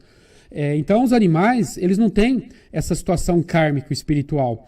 De modo que quando o bicho está passando por um processo de sofrimento, mais dor do que algo positivo, do que algo favorável, é desnecessário aquele sofrimento. Até mesmo, inclusive, os próprios veterinários, para dar aquela morte digna, porque eutanásia significa morte digna, não dolorida, enfim, morte suave, eutanásia significa morte suave, é recomendável para que o bicho não fique sofrendo, e também os que estão lá vendo todo dia, por exemplo, seu cão, seu gato, ou um outro animal qualquer que seja aí, sofrer horrores, enfim, é triste demais. Então, se tiver condições ali com o auxílio do veterinário e tal, etc., dar essa morte suave para esse bichinho que sofre muito e não tem, inclusive, outra solução, depende, como é muito comum nos animais, um câncer insidioso, cruel, que está matando o bicho de dor aos poucos e matando os proprietários também, não tem outro caminho. Não é pecado, não é pecado, porque não se trata de um animalcídio. Vamos criar esse neologismo, não é um animalcídio.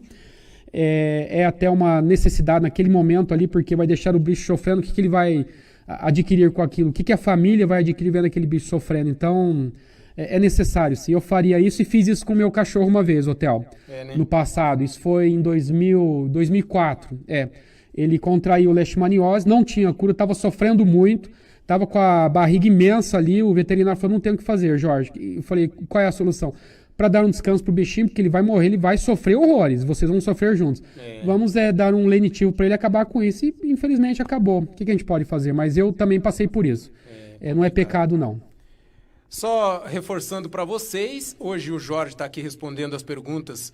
O Sidney não veio, mas o Jorge aqui, como sempre, trazendo para nós um pouco mais de claridade nas nossas dúvidas sobre a doutrina espírita. E se nesse ambiente de incertezas você necessita de um atendimento fraterno, estamos aqui para atendê-lo mesmo à distância. Atendimento fraterno online do Centro Espírita Amor e Caridade. Agende seu horário através do telefone 14 99162 7234. Ou você pode escanear esse código que aparece na sua tela, e de vez em quando ele aparece aí, para que você vá para uma página onde já tem ali alguns detalhes e você só faz o seu cadastro e entre aí na nossa fila para que você possa conseguir uma pessoa que vai fazer o seu atendimento. Esse atendimento ele é online assim, mas você tem o contato, você conversa com a pessoa, não é uma coisa assim, ela é mecânica no sentido da tecnologia, mas do outro lado da linha tem uma pessoa que vai te ouvir, vai responder ali as suas questões, vai ouvir as suas indagações e é realmente um atendimento fraterno. A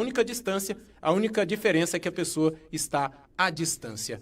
Jorge, a próxima pergunta aqui do nosso programa é da Valéria de Jaú. Ela pergunta assim: a tese das crianças índigo, qual a visão do Espiritismo a respeito? Olá, Valéria, tudo bem? Obrigado pela sua participação. Valéria, a questão dos espíritos índigos, ela foi muito bem aí elaborada, estudada através de palestras, de conferências pelo nosso grande Divaldo Pereira Franco, que, em síntese, ele diz tratar-se de espíritos que vieram com uma determinada programação ou conformação perispiritual diversa da conformação perispiritual. Conformação perispiritual, entenda-se aí,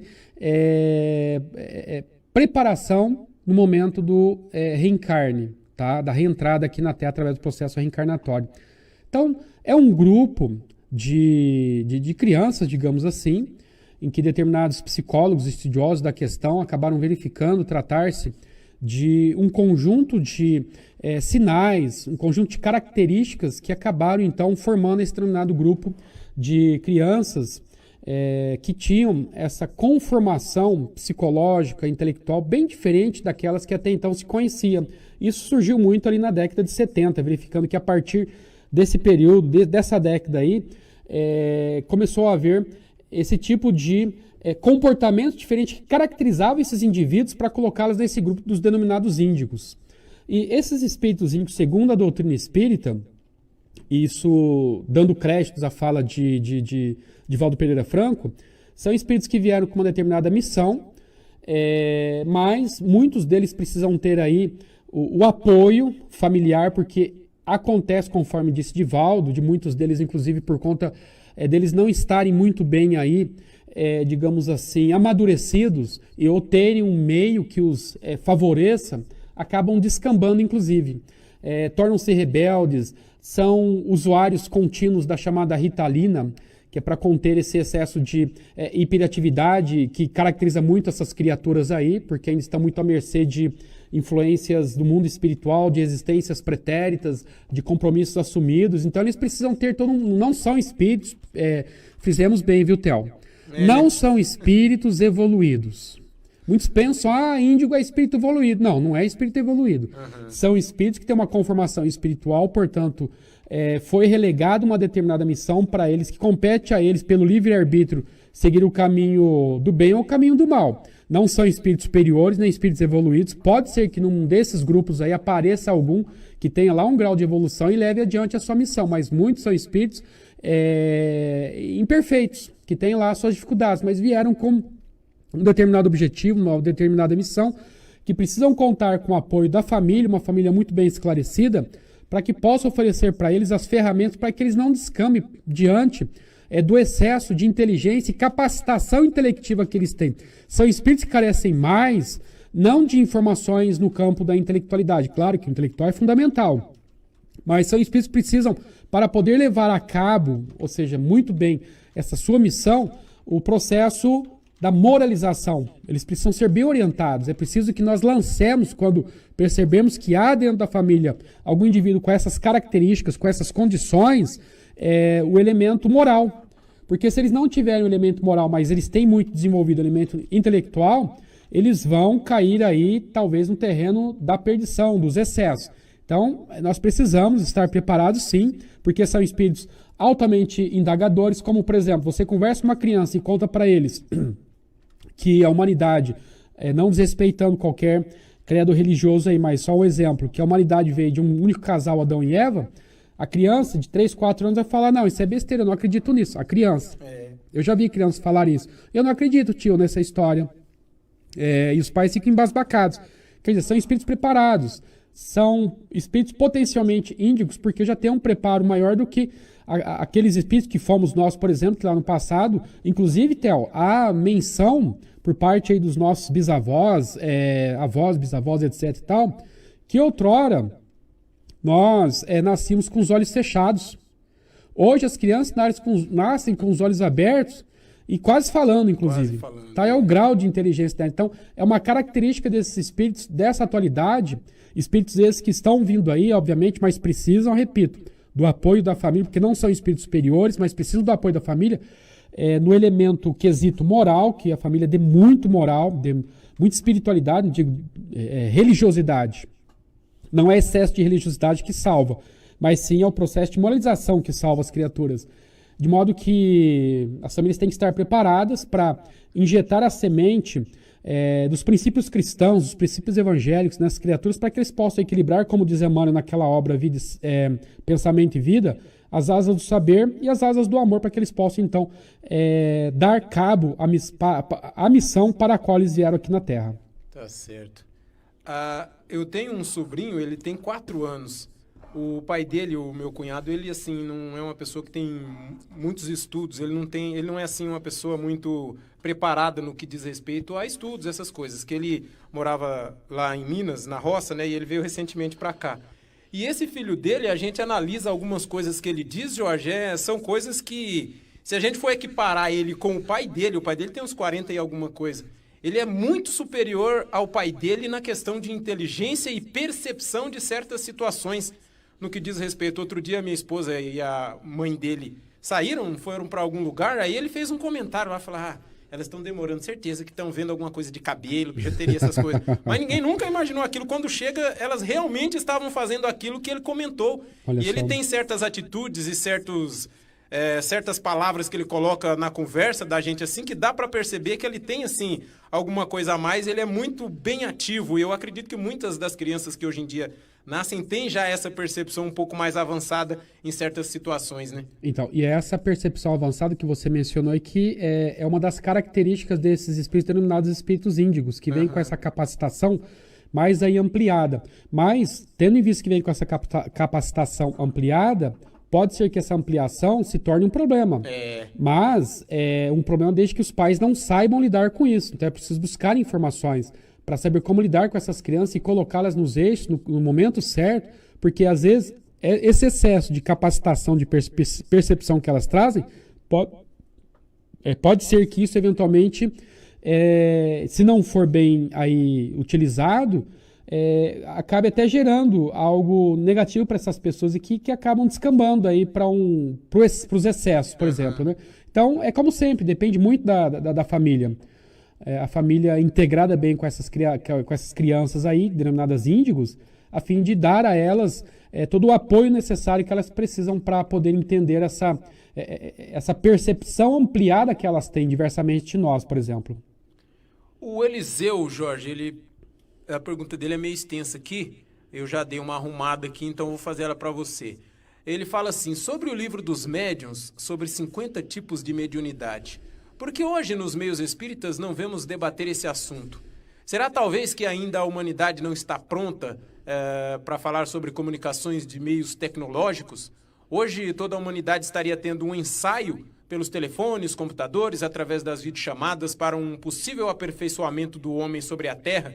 E talvez essa tecnologia esteja disponível daqui a uns 100 anos, nossos netos e bisnetos, para que eles possam se comunicar conosco no mundo espiritual? Olá, Eliseu. Boa tarde, obrigado pela sua participação. Já há, inclusive, estudos que foram realizados na década de 70, 80, e tem uma obra que foi publicada ali na década de 90, intitulada Transcomunicação Instrumental.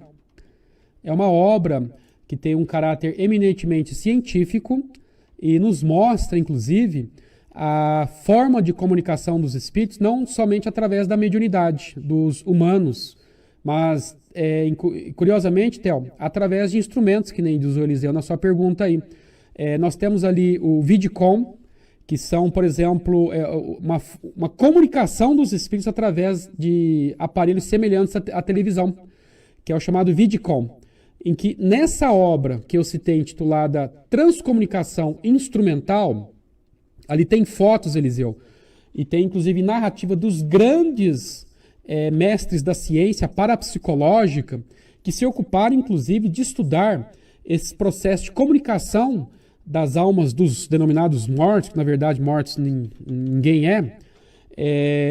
através de aparelhos eletrônicos, seja através de telefone, seja através de computador, seja através de aparelhos semelhantemente à televisão. Então, nessa obra aí, Eliseu, que eu cito novamente, Transcomunicação Instrumental, o tema se chama Transcomunicação.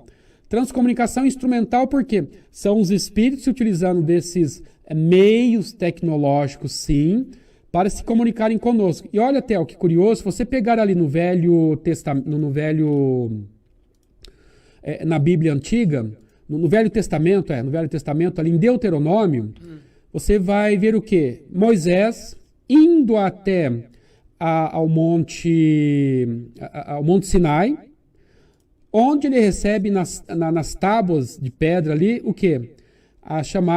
Os chamados 10 mandamentos. Por um método de comunicação instrumental. É uma transcomunicação instrumental já naquela época de Moisés, em que ele levou as tábuas lá em cima e espíritos de alta envergadura moral fizeram, através de fenômenos físicos, que ficassem inseridos naquelas tábuas ali o regramento que a humanidade deveria seguir, conhecido hoje como os 10 mandamentos. Aqui é um processo de comunicação àquela época, dado pelos espíritos, de forma instrumental, não mediúnica.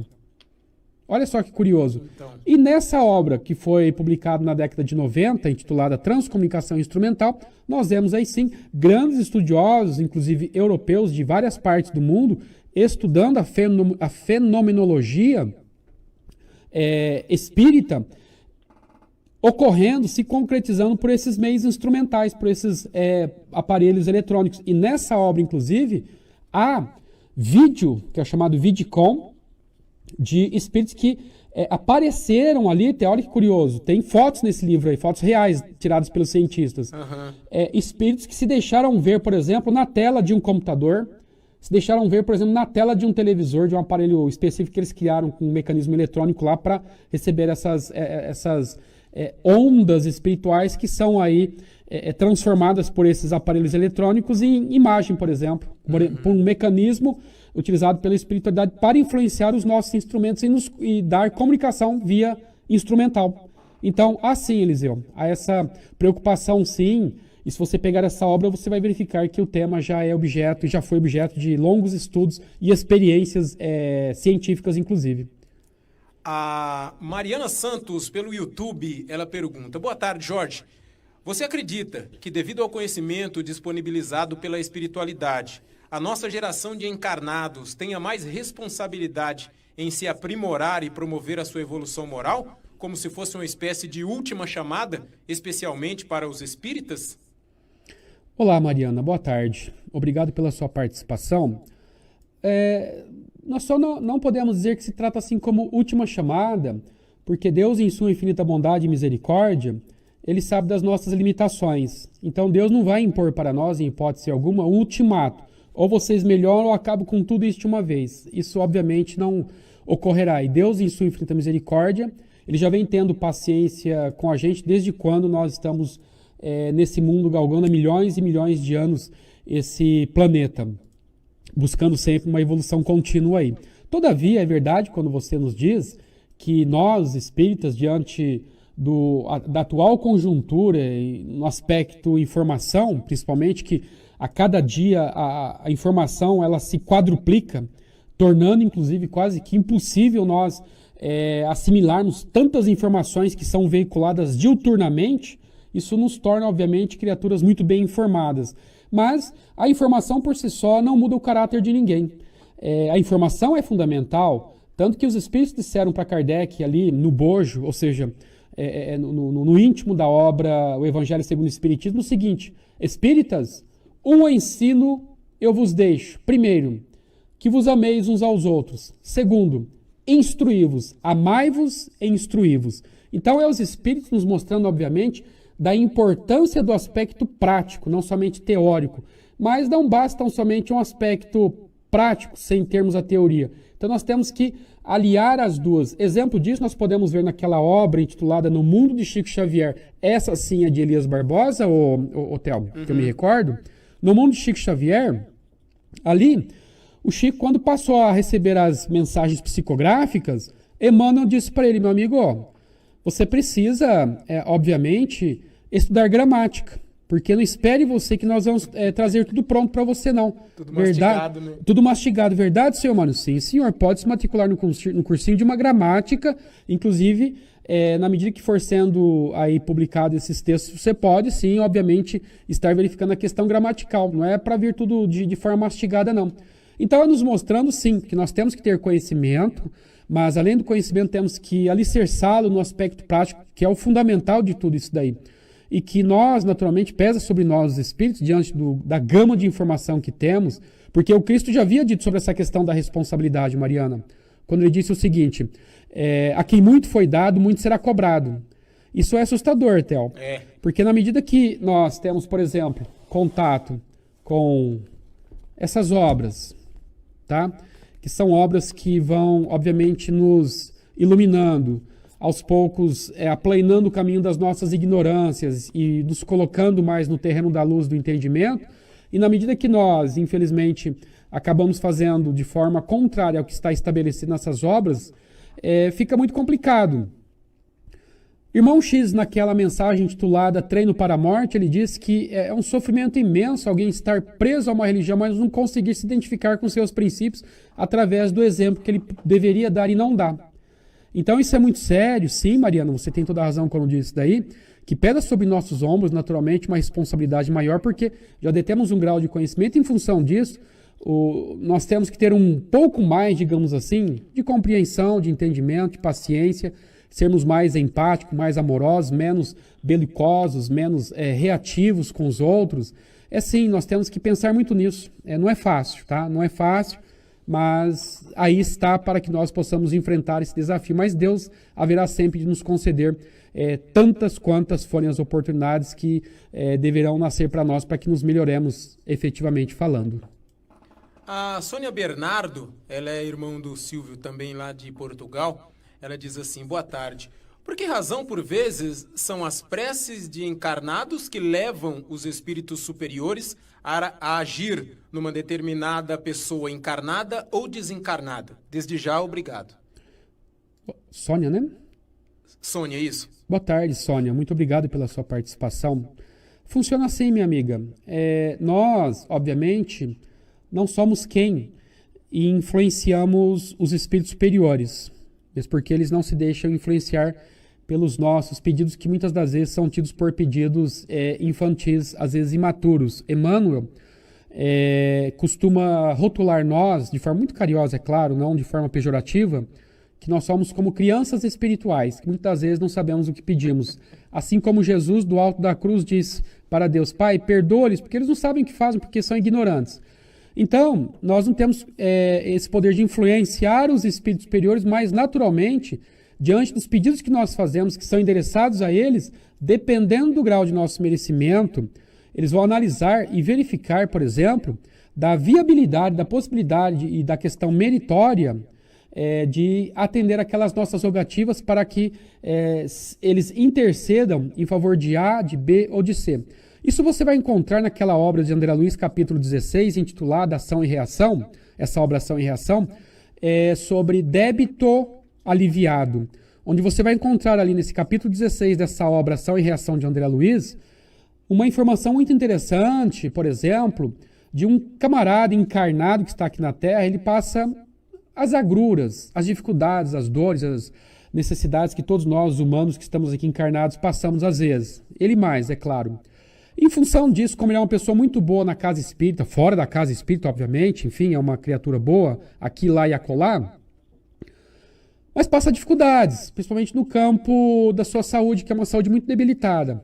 Mas como é uma criatura muito boa, que sempre ajuda os outros, ele atrai o quê? A simpatia dos espíritos. A ponto desses espíritos que se sentiram atraídos pelo bem, pelo amor que ele distribui para as criaturas aqui na Terra, esses espíritos se sentiram condoídos com a situação dele. Olha, para você ver que o Adelino Corrêa, que é o personagem dessa obra, ele não fez pedido nenhum. Mas são os espíritos desencarnados que, vendo ele passar por dificuldades, mas sendo um coração muito bom, que estavam intercedendo em favor desse encarnado. junto à espiritualidade superior, por exemplo, dizendo assim, mentor amado, olha o coitado do Adelino lá na Terra, um coração bom, uma criatura que ajuda todo mundo, mas às vezes acaba esquecendo de si próprio. Mentor, ele está passando por uma situação de saúde delicada, uma situação financeira na sua casa com bastante sofrimento e dor. Mentor, o senhor não poderia interceder por ele? Então, para vocês verem que antes mesmo de nós pedirmos, eles já estão a um passo à nossa frente. Isso se chama a onipresença. E Deus, ele é onipresente. Ele está presente em nossas vidas, mesmo antes de pensarmos em pedir a ele. Então, ele já sabe tudo que é necessário. Todavia, é preciso, como o próprio Cristo ensinou, Theo, ali no Evangelho, quando ele disse o seguinte, pedi e obtereis, batei e a porta abrir-se-vos-á, buscai e achareis. Nos mostrando, obviamente, que nós temos que ter o quê? A nossa cota de participação, quando nós sabemos que foi atribuída a Jesus, a seguinte fala, ajuda-te que o céu te ajudará. Então é bem isso.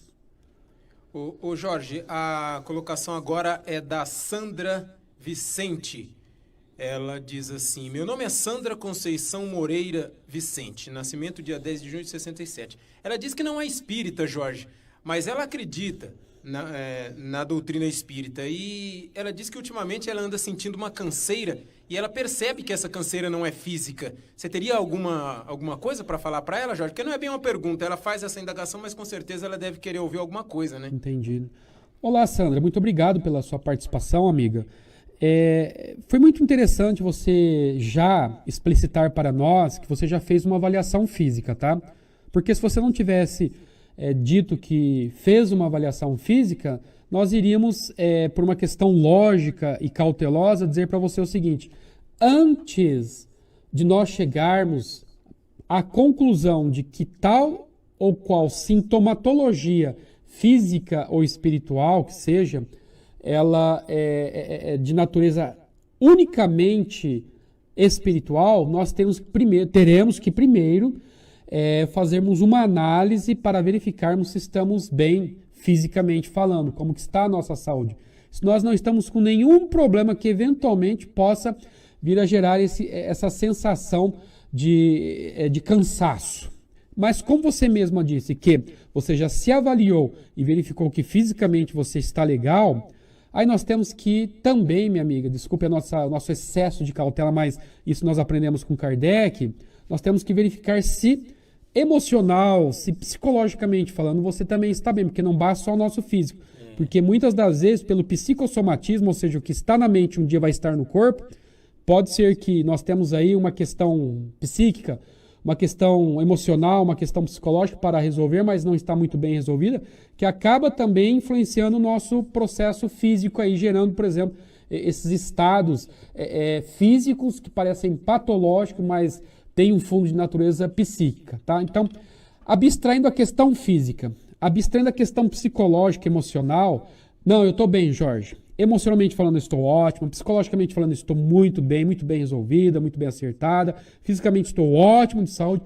Aí depois, então, nós vamos, talvez, cair na questão da fenomenologia, da sintomatologia provocada pelos espíritos em nós que estamos aqui na Terra, sob o aspecto físico.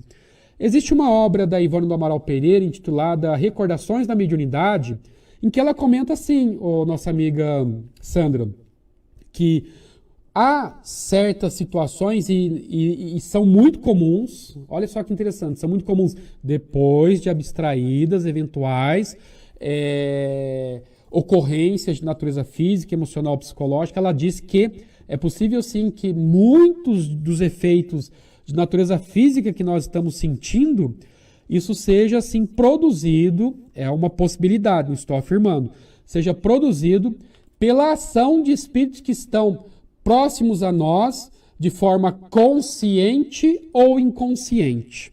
Diante disso, o que fazer, Jorge? E me lembro também de uma obra intitulada Painéis da Obsessão, psicografia do Divaldo Pereira Franco, que é do Manuel Filomeno de Miranda, o espírito psicografante, em que nessa obra tem um caso de um camarada lá que está se definhando a olhos vistos, mas passou por uma bateria de exame e não se constatou nenhum tipo de anomalia orgânica nele.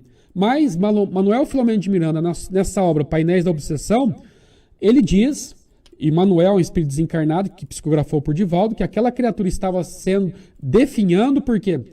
Porque acoplada a ela, Theo, é um pouquinho assustador, não é o seu caso, amiga, pelo amor de Deus. Acoplada a essa criatura que estava definhando a olhos vistos, existia ali um espírito perturbador, e o Manuel Filomeno de Miranda, que é o espírito psicografante de Divaldo, chegou a dizer que ele tinha a aparência de um polvo, o Theo. Nossa. A aparência de um polvo em que ele tinha ali nos seus tentáculos, digamos assim, nos seus braços, ventosas que estavam grudadas, coladas no perispírito desse encarnado, sugando as genesias desse encarnado, ele estava definhando em vida.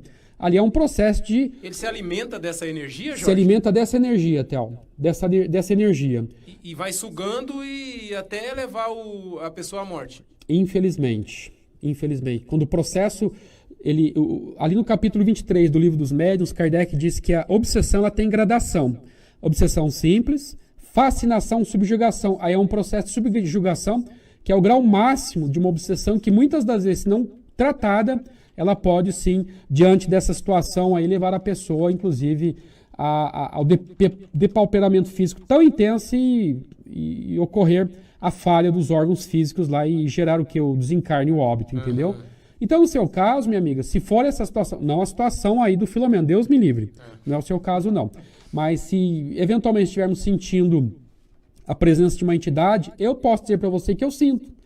Lá no meu escritório de advocacia, eventualmente estou bem, Theo. De repente me dá uma angústia, uma aflição, um desespero, um mal-estar físico, inclusive, que eu sei que não é meu. Né? Mas aí eu já sei tratar-se, talvez, de um cliente que desencarnou, como tem muitos clientes que desencarnaram lá, e eles ficam envolvidos, ligados ainda e vão atrás do advogado. Meu Deus do céu, que dificuldade.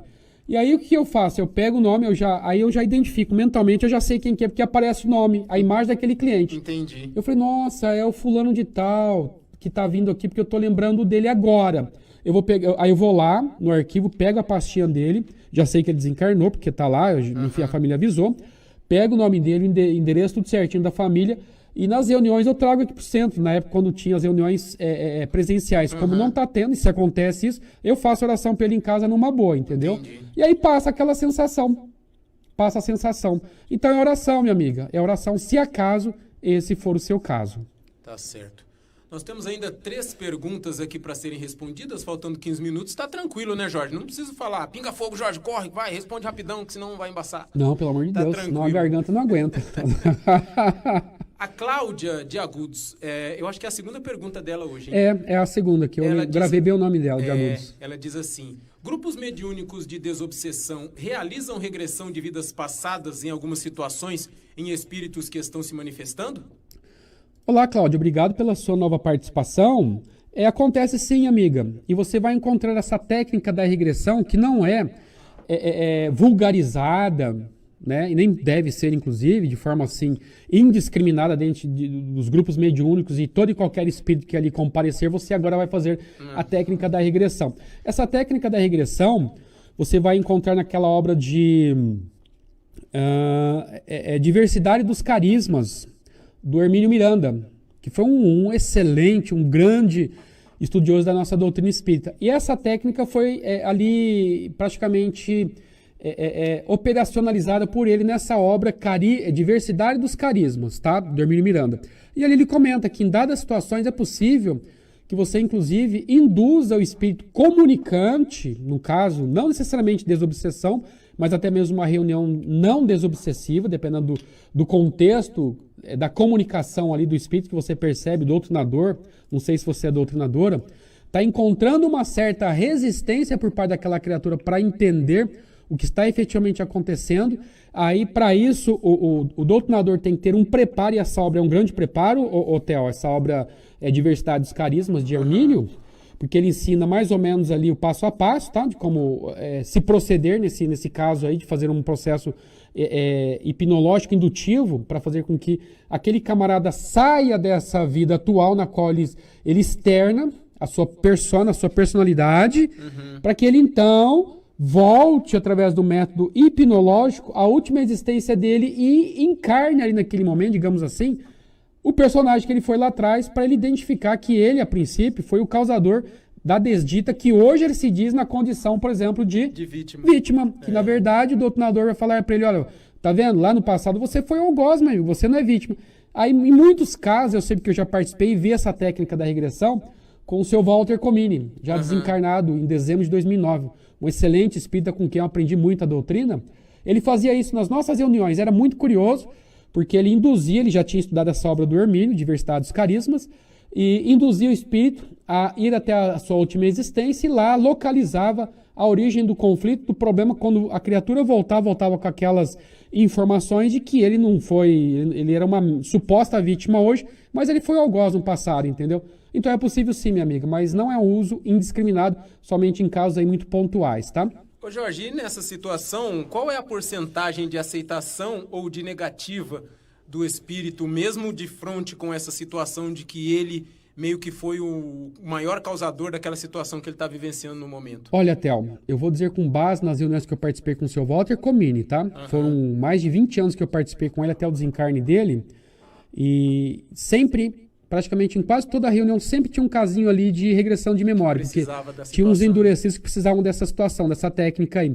Eu posso dizer para você, vamos por assim, numa escala de 10 comunicantes, o grau de persuasão, depois que eles passavam por esse processo de regressão de memória, de 10 comunicantes, 7, 8 aceitavam. 2, 3 ficavam ali no vácuo, tipo, você não aceita e ia embora daquele jeito mesmo, embora, entendeu? Né? Então a proporção é grande, entre 70%, 60%, 90%, entendeu? Mas o percentual de convencimento é grande. Entendi. É grande.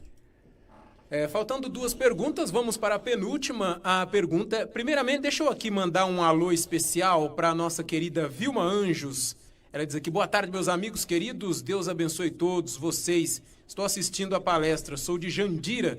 Meu irmão querido Jorge, um abraço a você. E ela pergunta aqui, cadê o Sidney? O Sidney hoje está descansando, porque o Sidney está aí com uma agenda lotada durante a semana, vários programas, várias palestras. E ele hoje colocou aqui o Jorge na arena, como diria um amigo meu lá da Rádio 87.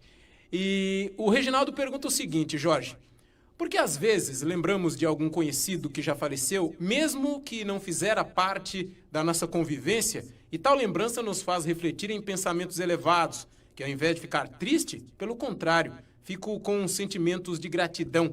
Teria esse algum envolvimento espiritual? Muito provavelmente, minha amiga, porque... Boa tarde. O Reginaldo. Ah, o Reginaldo. Isso. Olá, Reginaldo. Boa tarde, amigo. Muito provavelmente, porque quando nós somos tangenciados por essas influências espirituais benéficas que nos causam essa sensação de paz interior, de calmaria e de reflexão positiva, não tenha dúvida que isso faz com que essas criaturas desencarnadas, com as quais, eventualmente, enquanto estávamos aqui na Terra, não tínhamos muito contato, nos permita essa sensação boa, agradável, positiva, porque quando a criatura, muito embora não tivéssemos um contato direto, constante com essas criaturas, quando a criatura desencarna, ela tem uma expansão da sua consciência. Não é que ela se torna santa ou se torna conhecedora dos mistérios da vida quando desencarna, muito pelo contrário. Mas expande-se a consciência. Aquilo que nós não conseguimos enxergar aqui enquanto estamos encarnados, porque o véu material, o nosso organismo físico, oblitera muitas percepções de situações da vida que nós achamos que é quando não é, ou quando é, não é. E desencarnados, nós vamos ter uma percepção mais líquida, mais transparente, mais cristalina disso. Vamos ver em Full HD, né, Jorge? Exatamente, aquela imagem maravilhosa, né? Sem chiado, sem nada. Sem nada. Então, é desse modo que a criatura, a princípio, do outro lado, acaba enxergando aquelas, obviamente, que têm um certo grau de merecimento, de entendimento, de esforço para chegar a esse Full HD, conforme disse o nosso companheiro Theo. E aí eles acabam, então, compartilhando daquela sua alegria com nós que estamos aqui na Terra, independentemente de termos tido aí um contato intenso ou não, mas a criatura já sabe separar uma coisa da outra e só quer trazer esses benefícios aí, não tenha dúvida. Isso é totalmente possível, sim, acontece e muito. E quando isso acontece, vamos aproveitar porque a ajuda do outro lado está sempre aí muito intensa a nosso favor, não tenha dúvida. Jorge, a última pergunta de hoje é do Francisco, ele é aqui de Bauru. É mais provável a espiritualidade interceder pela saúde de uma pessoa a pedido de uma corrente de oração? Olá, Francisco. A corrente de oração, amigo, ela fortalece a corrente de energias, não tenha dúvida. Porque é uma coisa matemática. Eu sozinho, eu consigo atingir alguém com a minha energia magnético-espiritual para auxiliá-la no processo de melhora? Consigo. Agora imagine se eu somar isso com o Theo. E se eu somar com o Theo, com o Sidney, Reginaldo, o Joe, e se eu somar então com 20 pessoas, aí a energia ela vai estar densificada, ou seja, vai estar intensificada de uma tal forma que o processo de melhoria, se aquela criatura merecer, tem isso também, vai ser muito mais rápido, muito mais eficaz, não tenha dúvida. Então é nós colocarmos assim, quem tem mais carga, uma bateria de 5 volts, uma bateria de 20 ou de 30 volts. Obviamente, matematicamente falando, nós sabemos qual a bateria que vai ter uma maior voltagem. Então a somatória de esforços de pessoas que estão ali, naturalmente produzem um efeito mais rápido e talvez o processo de cura seja também até mais rápido por conta da intensificação dessa energia. Mas se somos um, e o que vale é a boa vontade, de qualquer modo, essa nossa energia também vai chegar lá no seu destinatário, desde que o destinatário, obviamente, esteja aí em conexão, viu, Theo? Só uma parte aqui, quando nós temos interesse de ajudar alguém, nós temos que ter critérios. Por exemplo, é muito comum, Theo, quando estávamos aqui antes da pandemia, as pessoas falarem, você vai no centro hoje? Eu vou.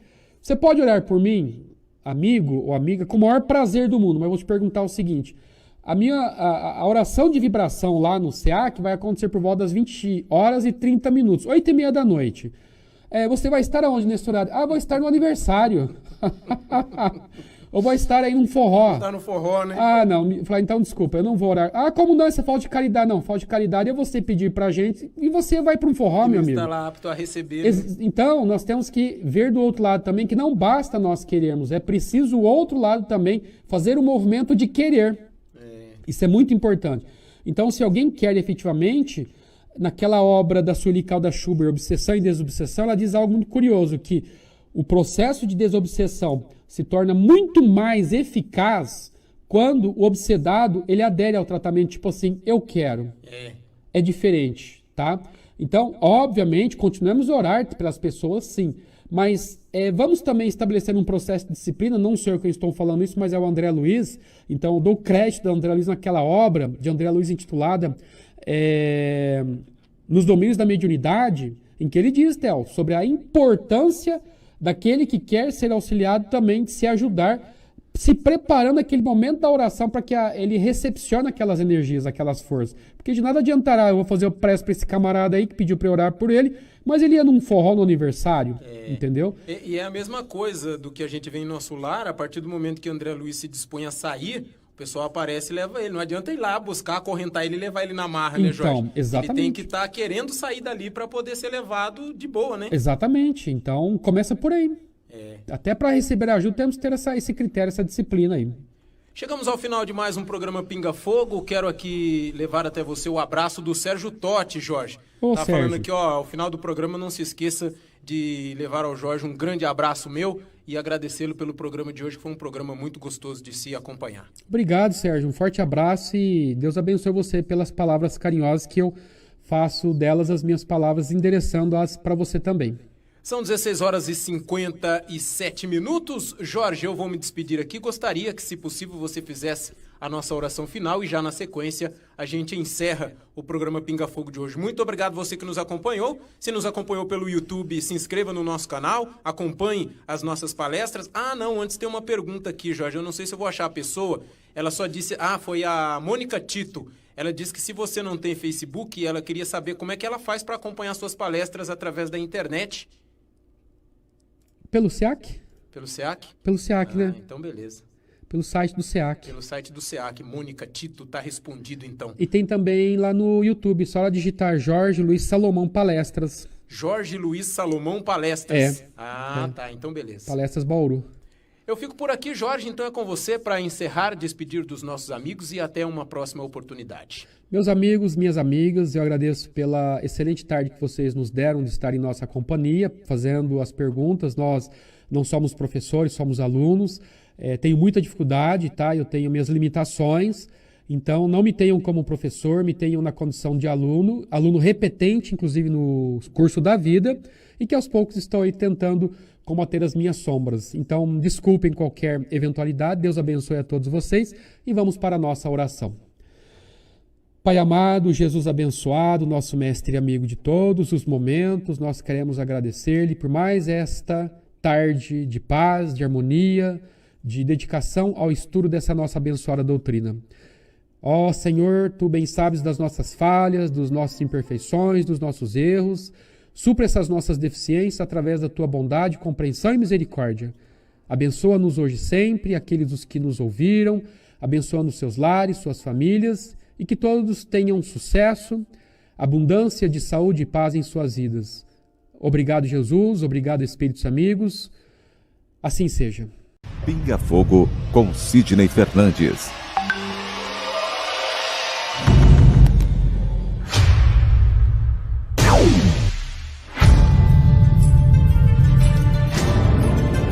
Porque nós não temos condição de saber exatamente ou saber ou relembrar como é a espiritualidade. Viktor Frankl, um dos maiores gênios do século XX. Ele é o criador da logoterapia. Diz que se a vida tem um propósito, o sofrimento também tem. A felicidade é um subproduto da rendição pessoal a outro ser. A partir do momento que eu me dedico ao próximo, a uma causa, que eu passo a ajudar o semelhante, procuro fazer este mundo um pouco melhor, naturalmente a felicidade me alcança. Pinga Fogo com Sidney Fernandes. Pinga Fogo com Sidney Fernandes.